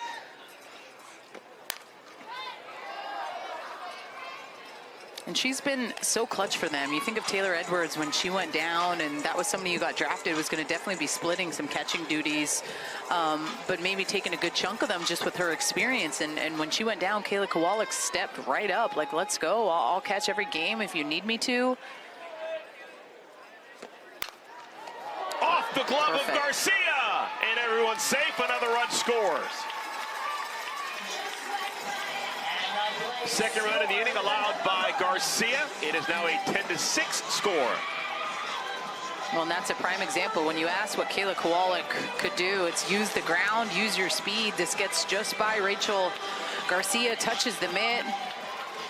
You see head coach Kelly Kretschmann is going to go out and just kind of have a conversation, figure out, are they going to make a change here? What's the plan? A lot of the pitchers will probably be lifted third time through the order and getting hit as hard as Garcia has been. But Kelly Kretschmann trusts Rachel Garcia. She still has a 4-run lead. Not looking for style points. Trying to win a ball game.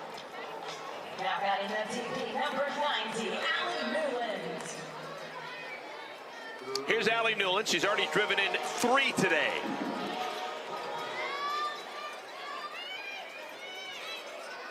Bases loaded double for Newland in the first inning.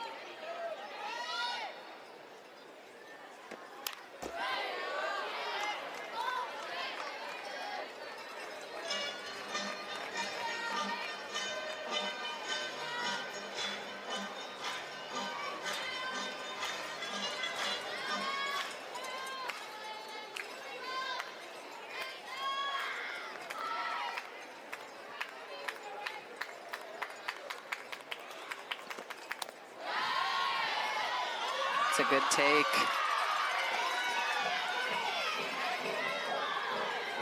I think they said she went, actually.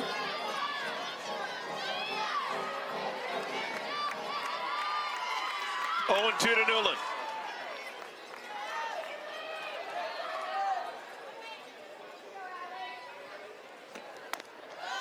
Garcia had some really quick innings, second, third, and fourth.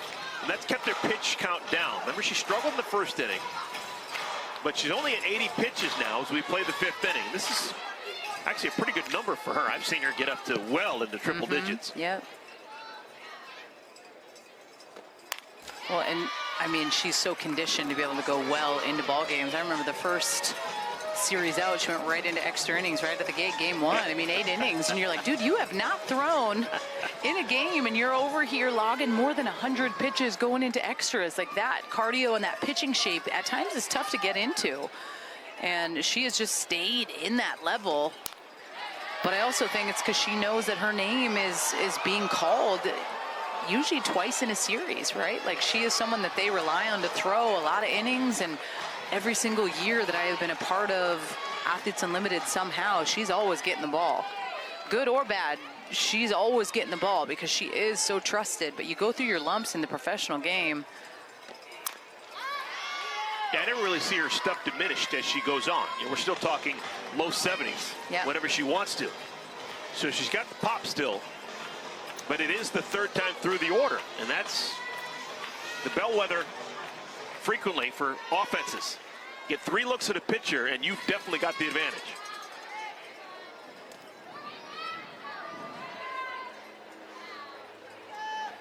Garcia'd love a strikeout. I don't think she's got anything she can get past Newland right now. There was a window, end of the 1st inning, the 2nd and the 3rd inning, where Garcia struck out 5 of 7 batters. Since that window snapped shut in the end of the 3rd inning, she hasn't struck out anyone since. That's a good spot. 4 straight foul balls for Newland. You kind of start to get annoyed a little bit as a pitcher, and the goal really in those situations is not to give in, not to feel like, oh man, I need to hammer something in. You want to work the zone. You don't want to give in. You want to beat that hitter, continue to keep battling. Good block by the catcher, Mulipola.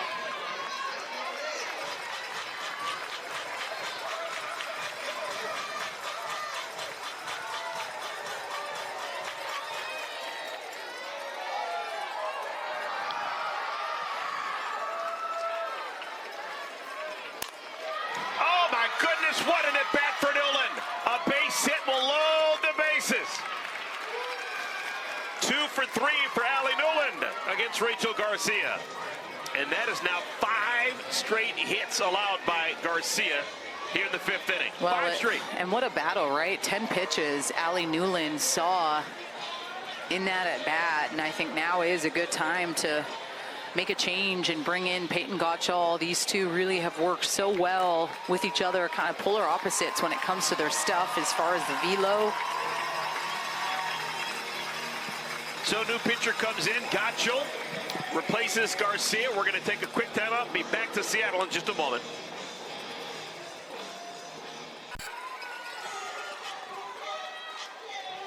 Welcome back, everyone. We've got a new pitcher in the game for the Volts. It's Peyton Gottschall. She works quickly. It's 1 ball, 1 strike count to Devin Netz. Bases loaded, nobody out. Game hanging in the balance right now. 1 well-struck ball from Netz, and we got a tie ball game. Well, I feel like if you're Rachel Garcia, this is when you really need your wing woman to be able to come in and have your back, because at times there's nothing worse going in the dugout, and you're like, man, bases loaded. And there's the strike she needed. Didn't want to walk in a run. 3 balls and 2 strikes. 8th appearance of the season for Gottschall. Pours in another strike that's bounced foul.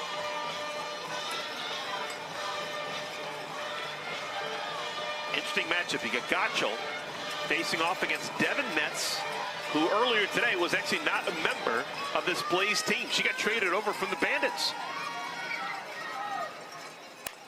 That was a straight 1-for-1 trade.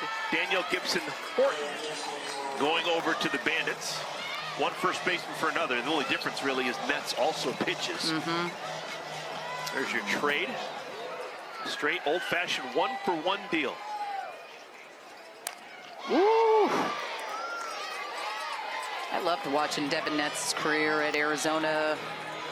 Had a good year this last year, was hurt the year before. You just saw the growth in her on both ends as far as the hitting and the pitching. She really battled through adversity. One of the best two-way players in our game in the Big 12.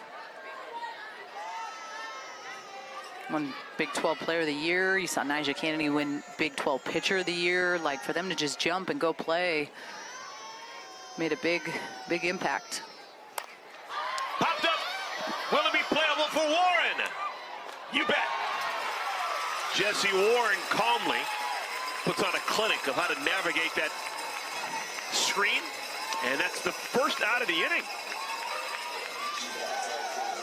Talk about a killer left side with Jessie Warren and Sis Bates. Love it, and you're right, putting on a clinic. She's always so vocal, she's fearless, she goes and she just gets it. And Mackenzie Clark is the batter.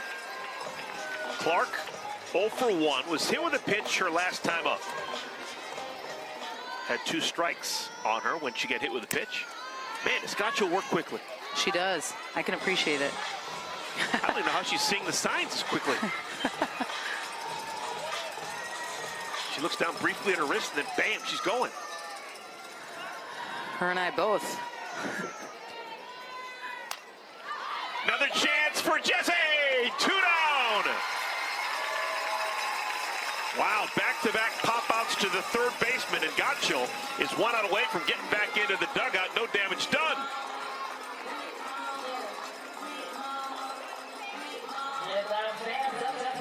Small thing, but I noticed that Jessie Warren looked down at third, make sure she wouldn't step on the bag and stumble as she went into foul territory. She thinks the game on a different level. You could tell she was coached well, but you can tell she's got instincts as well. Kaylee Harding. And I feel like I need to get to the bottom of Kaylee Harding's hitting approach with her heels and where they're at in the batter's box. She is way off the dish. I'm try to get down there for BP tomorrow and have a conversation with her about it, because I'm dying to know. Work it. They can't get any deeper in the box. Little flipper, caught in right field, and that'll do it. Coffey got a good jump and makes the play. So Peyton Gotchel, now she's got the back of Rachel Garcia. She inherits the bases loaded and nobody out, and she leaves them loaded.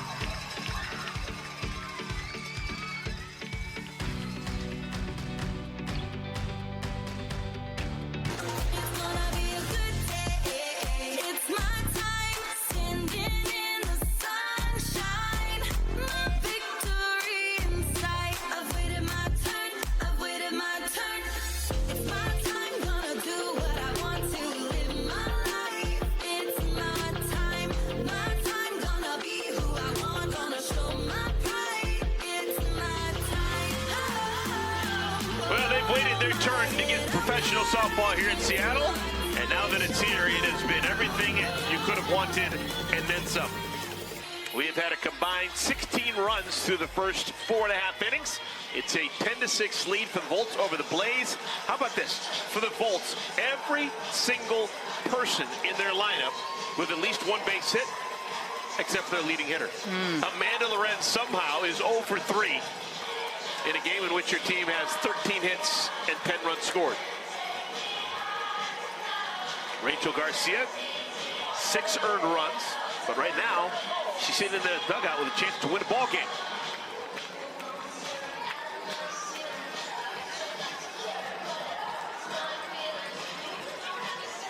Alicia Ocasio, this will be her first full inning of work. She came on mid-inning an inning ago, replacing Emma Lemley. Now she'll have Sierra Briggs, Danica Coffey, and Amanda Lorenz. 5th inning softball here from Husky Softball Stadium.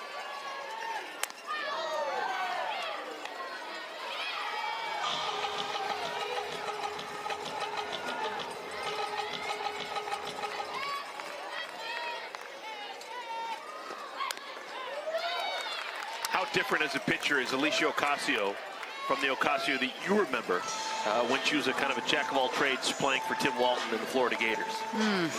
That's a good question. A really good question. Is throwing me under the bus here. Only the hard ones for you. Has it always been change up, change up, change up? Has the change up always been this good? I think at times she's changed her motion a little bit because she had some arm issues. She used to do that big, heavy backswing, and she's changed that. She hides the ball a little bit differently, but she is someone that changes speeds more than... Off her glove, Leach! Can't bail her out. That'll be an infield single for Briggs. I honestly think the biggest difference this year for Alicia Ocasio is just when it rains, it pours, right? Like when something goes bad, it just seems to feel like a lot of things go bad for her. And that's the kind of unfortunate part about pitching sometimes. Pitching can be lonely and it can be really hard. Even when you throw great pitches or feel like, hey, that changeup's good, it's got good bite, I hit a decent corner. Sometimes you'll still find yourself in a little bit of a pickle or struggling a little bit, and then the negative, at times, self-talk, because pitching, like I said, can feel lonely. The umpires are gathered here. I don't think it's about the play at first. It looked like Briggs actually touched the fielder. Briggs was giving the safe motion, and her left hand hit Devin Netz in the back. The Blaze is challenging the play at first base that the runner did not hit the orange bag. The play is under review. Okay. You got to hit the orange part of the bag. And maybe that's how when she put the safe signal, her left arm hit Netz on the backside because she was too close to Netz.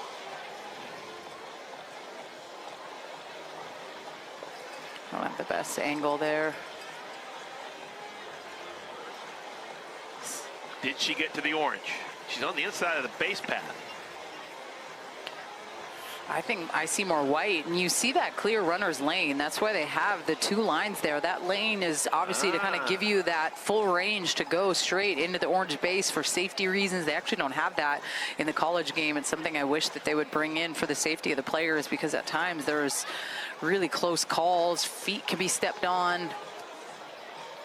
I'm with you. There's really no reason not to have an orange base. Maybe she's just used to the college game. Right? At times, this is still new for these rookies coming in, but it looks like she steps on the white. Yeah, I think it's going to be some bad news for Sierra Briggs. If they keep it as a hit, she'll be 3 for 3. Great night. But I'm afraid it's going to be 2 for 3. Sierra. Sierra's on a high right now. I don't know if that's going to continue. Here it is. After review, the call in the field has been changed. The runner did not hit the orange bag. She is out. So Sierra missed the orange part of the bag. And that takes a base hit away from her. What, you going to put that in your scorebook? I'm waiting to see. I already put in 1B. I know I got to change it. Let me know what you write it down as. I'm assuming it's, well, if you wanted to go by what happened, it was a pitcher to second base to first, but I don't think it's a 1-4-3. I think it's probably, I don't know, batter interference. I have no clue. I just put one out. She got out. Circle it. it. First out of the inning. Here's Coffee. Everywhere she goes here in Seattle, Coffee gets a rousing welcome. They like their coffee out here.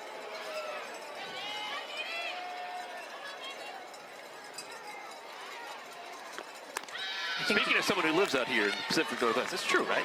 You guys like coffee more Yeah, than we most do people. like coffee. Yeah. I do think if you get a chance to take Beatrice, who's coming into town? Harriet. Take her to the first Starbucks ever, right in Pike Place. Pike Place Market, maybe buy her some flowers. Oh, yeah. Best flowers. Catch a fish. Can I catch a fish? Yeah, with the gum wall. Do they let people catch fish, or do you have to be a professional working there? I think you got to be a pro's pro, or maybe slide a little dough on the table. But have you ever seen someone drop a fish? No. Either have I. I don't go down there enough. But when you've been there, I'm sure you've been there before many times, they don't drop the fish. Good hands. They're good at what they do, as Jessie Warren is, and what she does defensively. Okay, Coffee's on it first. Here's Amanda Lorenz. She's batting with a chip on her shoulder. Began the day hitting .413.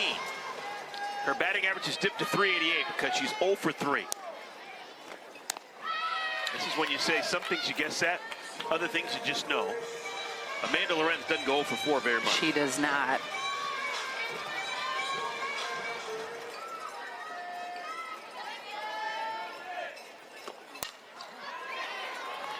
Tim Walton special. 2 of the best Florida Gators of all time batting against each other. And I'm here to tell you, Amanda is not fazed over the fact that she's got 2 strikes. She's going to hit a rope somewhere.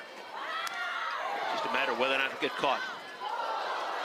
Oh my goodness, Amanda Lorenz just struck out.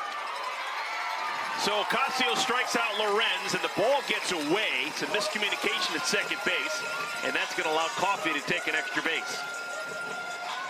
Coffey had bluffed. Kowalik threw down, and it caught 60 feet. Well, and a really good pitch. You can see the frustration on Amanda Lorenz's face. This just gets by Aubrey Leach.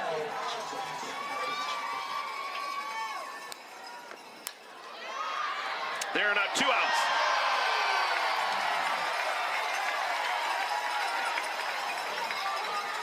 Sierra Romero's had a fantastic day. Double and a single.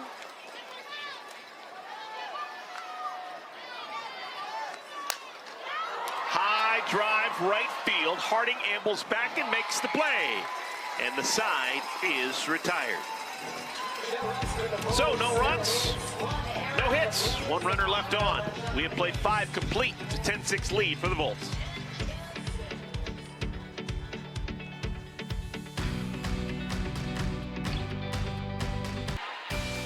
Professional softball here in Seattle, Washington, Husky Softball Stadium.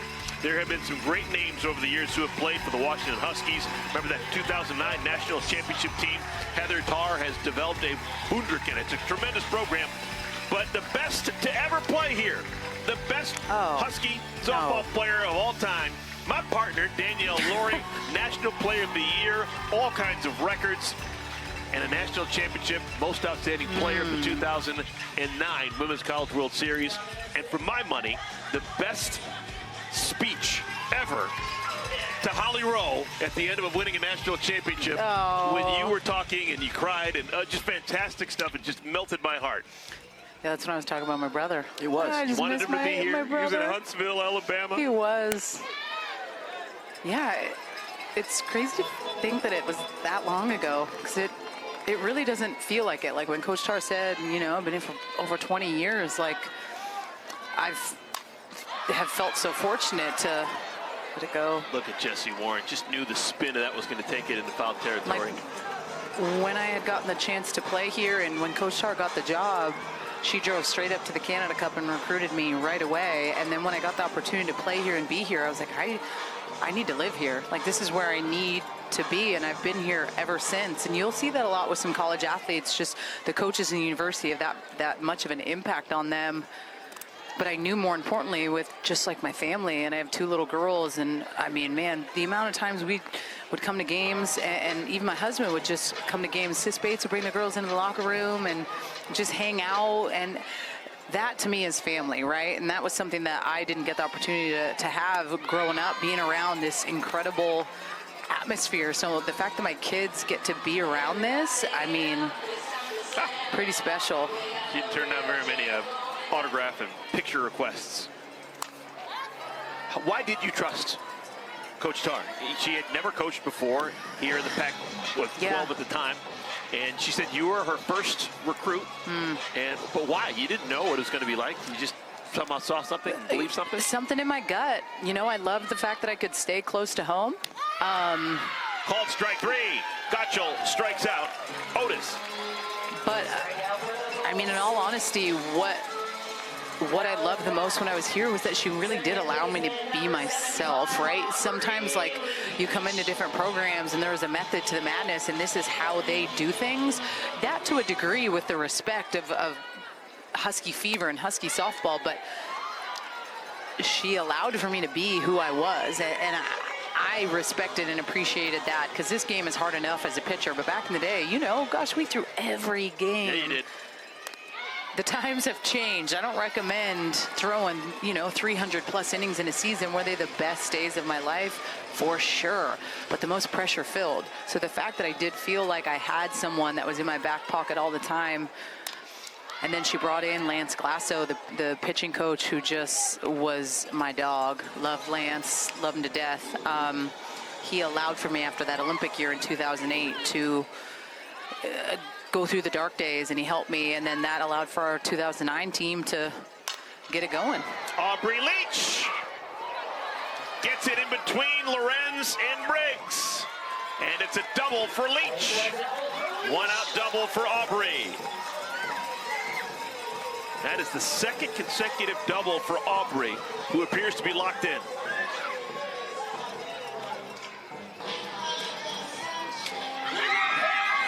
That was so mean, Eric. He just knocked a spider into the stands. Did they see that? Oh, I'm getting blamed for this. It was me, but I don't think I should be blamed for this. You for sure were blamed for that. I was protecting you from a spider. But you flicked it into the stands. I didn't think that they'd... How did they see a spider get flipped on them? Oh, man. Oh, my goodness. Thanks for protecting me. I'm going to have to pay for my coffee tomorrow morning. No free ride here in Seattle ever again. Here's Bailey Klingler. She probably gets at least heavily discounted coffee. She was tremendous after transferring from Texas A&M, playing here in Washington. 2 for 3 so far today. Popped up foul territory, out of play. And I don't know what's going on here with the fans, but there had been highlight reel catch after highlight reel catch all night long. Bringing in a little banana ball into the mix, huh? Look at this. Woo. Oh my goodness. Is that with his hat? I don't even think he has a glove.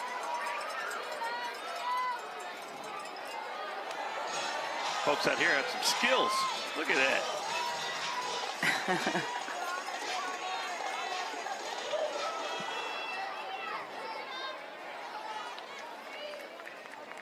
Klingler now with 18 hits and 39 at-bats.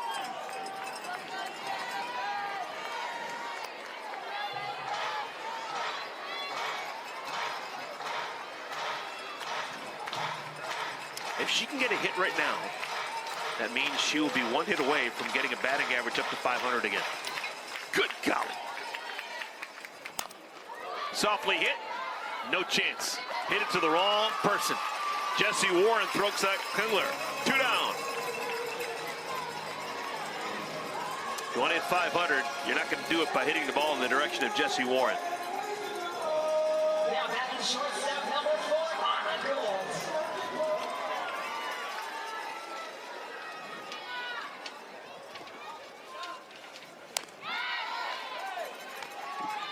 Folks, if you'd like to experience what we're doing, this is fantastic stuff. We still have a whole bunch of the season remaining. Visit theausl.com to buy your tickets today. AUSL, this is legendary. I agree. Speaking of legends, we've had Megan Rapinoe in the stands today. We've had Sue Bird. Oh my goodness! Are you kidding me? Humpty-Limpty! Jesse Warren, how do you do? Oh, that'll make him any better than that. Good golly. Putting on a clinic on a Friday night. Unbelievable. Jesse Warren, let's go. I feel like this has been her game. Defensively, she has been spectacular. Offensively, the same. Get out of here.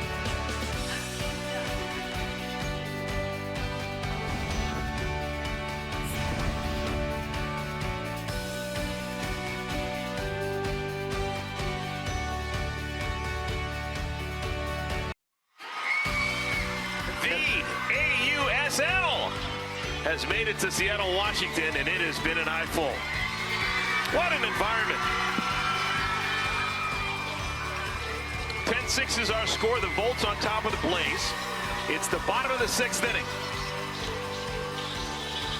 And we've got a new pitcher to talk about. Yeah, bringing in Elena Vader. Thrown a good chunk of innings so far. Came over from playing professionally in Japan. I think she's been a clutch pickup for them, just with how different her pitches are. She's primarily down that heavy, heavy drop. Some good velo. Jennings lifts it down the right field line, and then a bounce off the wall. A double, maybe triple for Jennings, and she'll make it with a slide. A lead-off three-bagger for Tiare Jennings.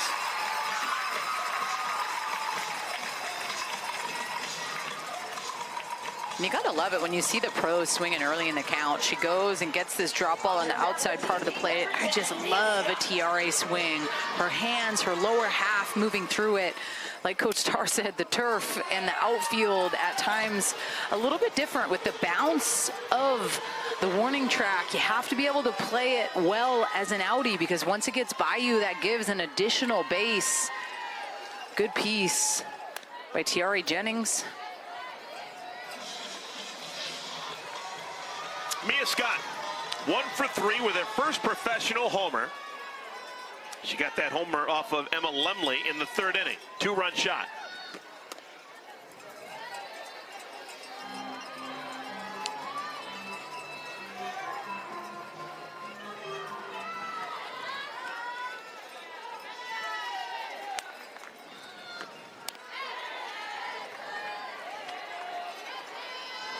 Two and two. Vaughter, the 3rd pitcher of the night for the Blaze. Emma Lemley, Alicia Ocasio, and now Vaughter.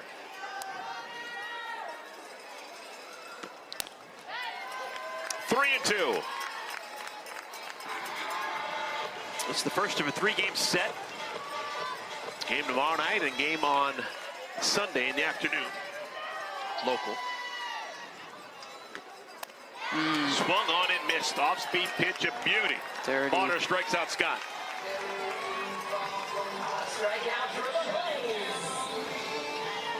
Now 4 teams in the inaugural season of the AUSL. You got the Talons, you got the Bandits. They got a game tomorrow, 7 o'clock Eastern time. The Blaze and the Volts tomorrow, 9 Eastern time. And then both sides with a day game on Sunday. Broadcast information available on theausl.com. Every game available somewhere. Line drive, base hit for Sis Bates. She's got a 3-hit night. 3 hits in the homecoming for Sis Bates here at Husky Softball Stadium. So good. Gosh, she just turns on this pitch. Exit velo off the charts.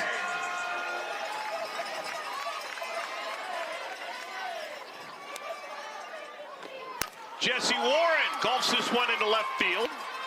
Otis makes the play. Now Otis was robbed by Jesse Warren a couple innings ago. Gets a smidgen of revenge by catching that fly ball for out number 2 off the bat of Warren. Now batting catcher number 2, Deja Molipola.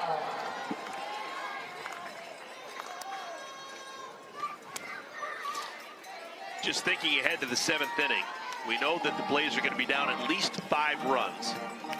They will send Kayla Kowalik, Alli Newland, and Devin Netz to the plate. That's who they have scheduled to hit in the 7th. That almost sounds like a broken bat.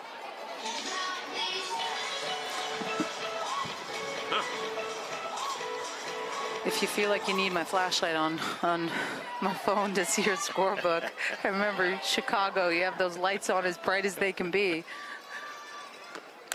A little darker in this score booth. I can't get over that teeny spider caused such a commotion. I know, I'm getting texts from Chucky Kempf. Molipola goes the opposite way into the glove of Kaylee Harding, and the side is retired. Okay, we played 6 complete. We're heading into the 7th inning. The Blaze down 5.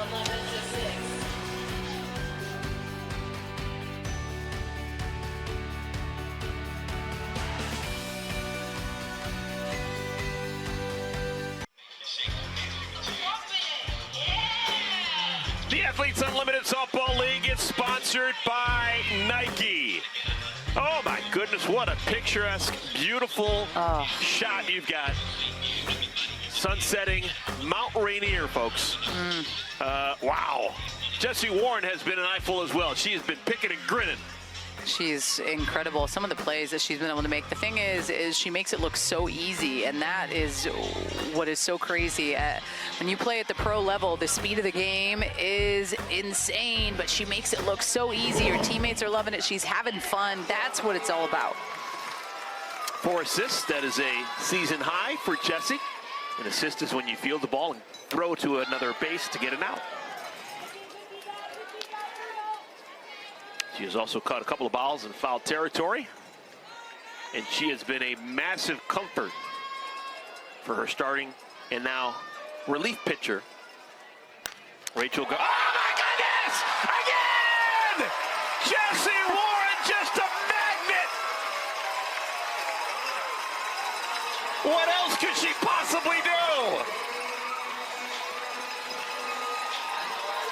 Try someone else! Are you kidding me?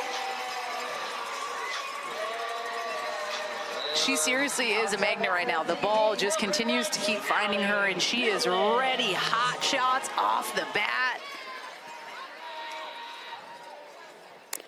The last 3 outs recorded off the bats of Blaze hitters have been fielded by Jessie Warren. Blaze running out of time. They're down 5 with only 2 more outs to work with. How about Peyton Gottschall? Well, I was just going to say, it's also worth mentioning the wing woman of Gottschall coming in with bases loaded and none out, and able to just rally back and have Rachel Garcia's back. That's so cool. Some great defensive plays by Jessie Warren to get him back into the dugout. But I just love the way that these 2 athletes work together. I feel like they're kind of polar opposites with their stuff. Peyton Gottschall works really fast. Now, Gottschall is in line to be rewarded. If she can get the next 2 outs without losing the game, she will get a save. Garcia would be the winning pitcher, and Gottschall would get the save. In true sense of the word, she did save the day when things were looking dire for the Volt. First walk allowed by Gottschall. To bat, first baseman number 93, Devin Metz. Here's Devin Metz. Swings at the first pitch, clubs it, medium deep left field. Play is made by Lorenz. 2 down. So Metz in her first game as a member of the Blaze, 0 for 4. Give out Blaze fans, down batting center fielder number 86, Mackenzie Clark. Mackenzie Clark, why not? She's going to challenge Jessie Warren, and you're never going to win that one. Fitting that Jessie Warren makes the play to end the game. In a game full of stars, Jessie Warren, probably the biggest one, offensively and defensively. And we're going to have to talk to Jessie Warren with this win for the Volts. Wow. And a big win, because when you think about with the Volts here, I think for them trying to make a push, they're going to have to sweep here at Husky Stadium. And I think it starts with a big win like tonight. I think the offensive production is pretty incredible. Heading into tonight's game, they were 7 for 14 with 252. Finished the night 417 with runners in scoring position. And then it's just Jessie Warren. It's the defensive show. She's just a show pony over there at third base, making stuff look so easy, firing up her teammates. Let's go. Well, we're only showing you the defensive highlights for Jessie Warren. She also is really good with the bat in her hands as well. She finishes the day with 2 hits in 4 at-bats. She scored 2 times and drove in 3. This is the up-to-date standings in the AUSL. The Talents won today. They now have a 3-game lead on the Bandits. You got the Bolts 7 games back, but really all they care about is trying to catch up to the Bandits. And then the Blaze continue to struggle for wins. All right, folks, stand by. We're going to talk to Jessie Warren. She is being ushered over to a headset. And we We will get a chance to talk to the star among stars.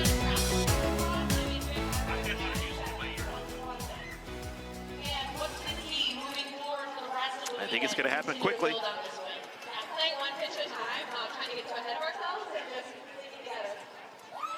All right, Jesse Warren is standing by. Jesse, can you hear us? I can, Eric. How are you? And we hadn't talked to you. I'll tell you, I have loved watching you play offense and defense for years, but tonight was really special. When you go to bed tonight, you close your eyes. Are you going to think about the offense? You had 2 hits. Or are you going to think about the defense? Just the whole game. I had so much fun this game. The girls have been so fun to be around, and I've been struggling a little bit at the plate, so just coming in with a plan and sticking to that plan, and I was successful tonight, and it was a good game. If you had to pick a walk-off home run or a defensive web jam to win the game, which one are you picking? Definitely a web jam. I love defense. Defense is just, I take so much pride in my defense, and I absolutely love that side of the ball. Hey, talk to us about your team. You guys seem to be playing a lot better softball right now. Seemed like a really fun, close-knit bunch. How are you guys feeling in that dugout? Yeah, we're feeling great. You know, hitters are coming in, we're sharing information with each other, and then we're rolling with the punches. So just staying cohesive and continuing to communicate on the field and in the dugout, and we're doing great. Playing at Husky Stadium, what was that like? This atmosphere, this weather, what'd you think? The weather is amazing. The field is amazing too. It's been really great being out here for the last 2 days, and to bring Sis and Bailey home is just awesome. And Jesse, just curious, because I know you never make an error. Is that the reason why you don't have an E at the end of your first name, because you don't believe in E's? Exactly. That's exactly why. Hey, so much fun watching you play. Thank you. You bring a certain level of joy that I just can't get enough of. Keep on keeping on. Thank you. Go Volts. All right, Jesse Warren, star among stars. A tremendous day and a great win for the Volts as they pick up the first game of this 3-game series. Final score is 11-6. The Blaze fall for the 13th time. The Volts win for the 6th time. We're going to do it again, folks. We've got another game coming your way tomorrow. We sure hope you can find us and watch it with us. For my partner, for Danielle Laurie, I'm Eric Collins saying good night, everybody. Visit theausl.com for where to watch our game tomorrow.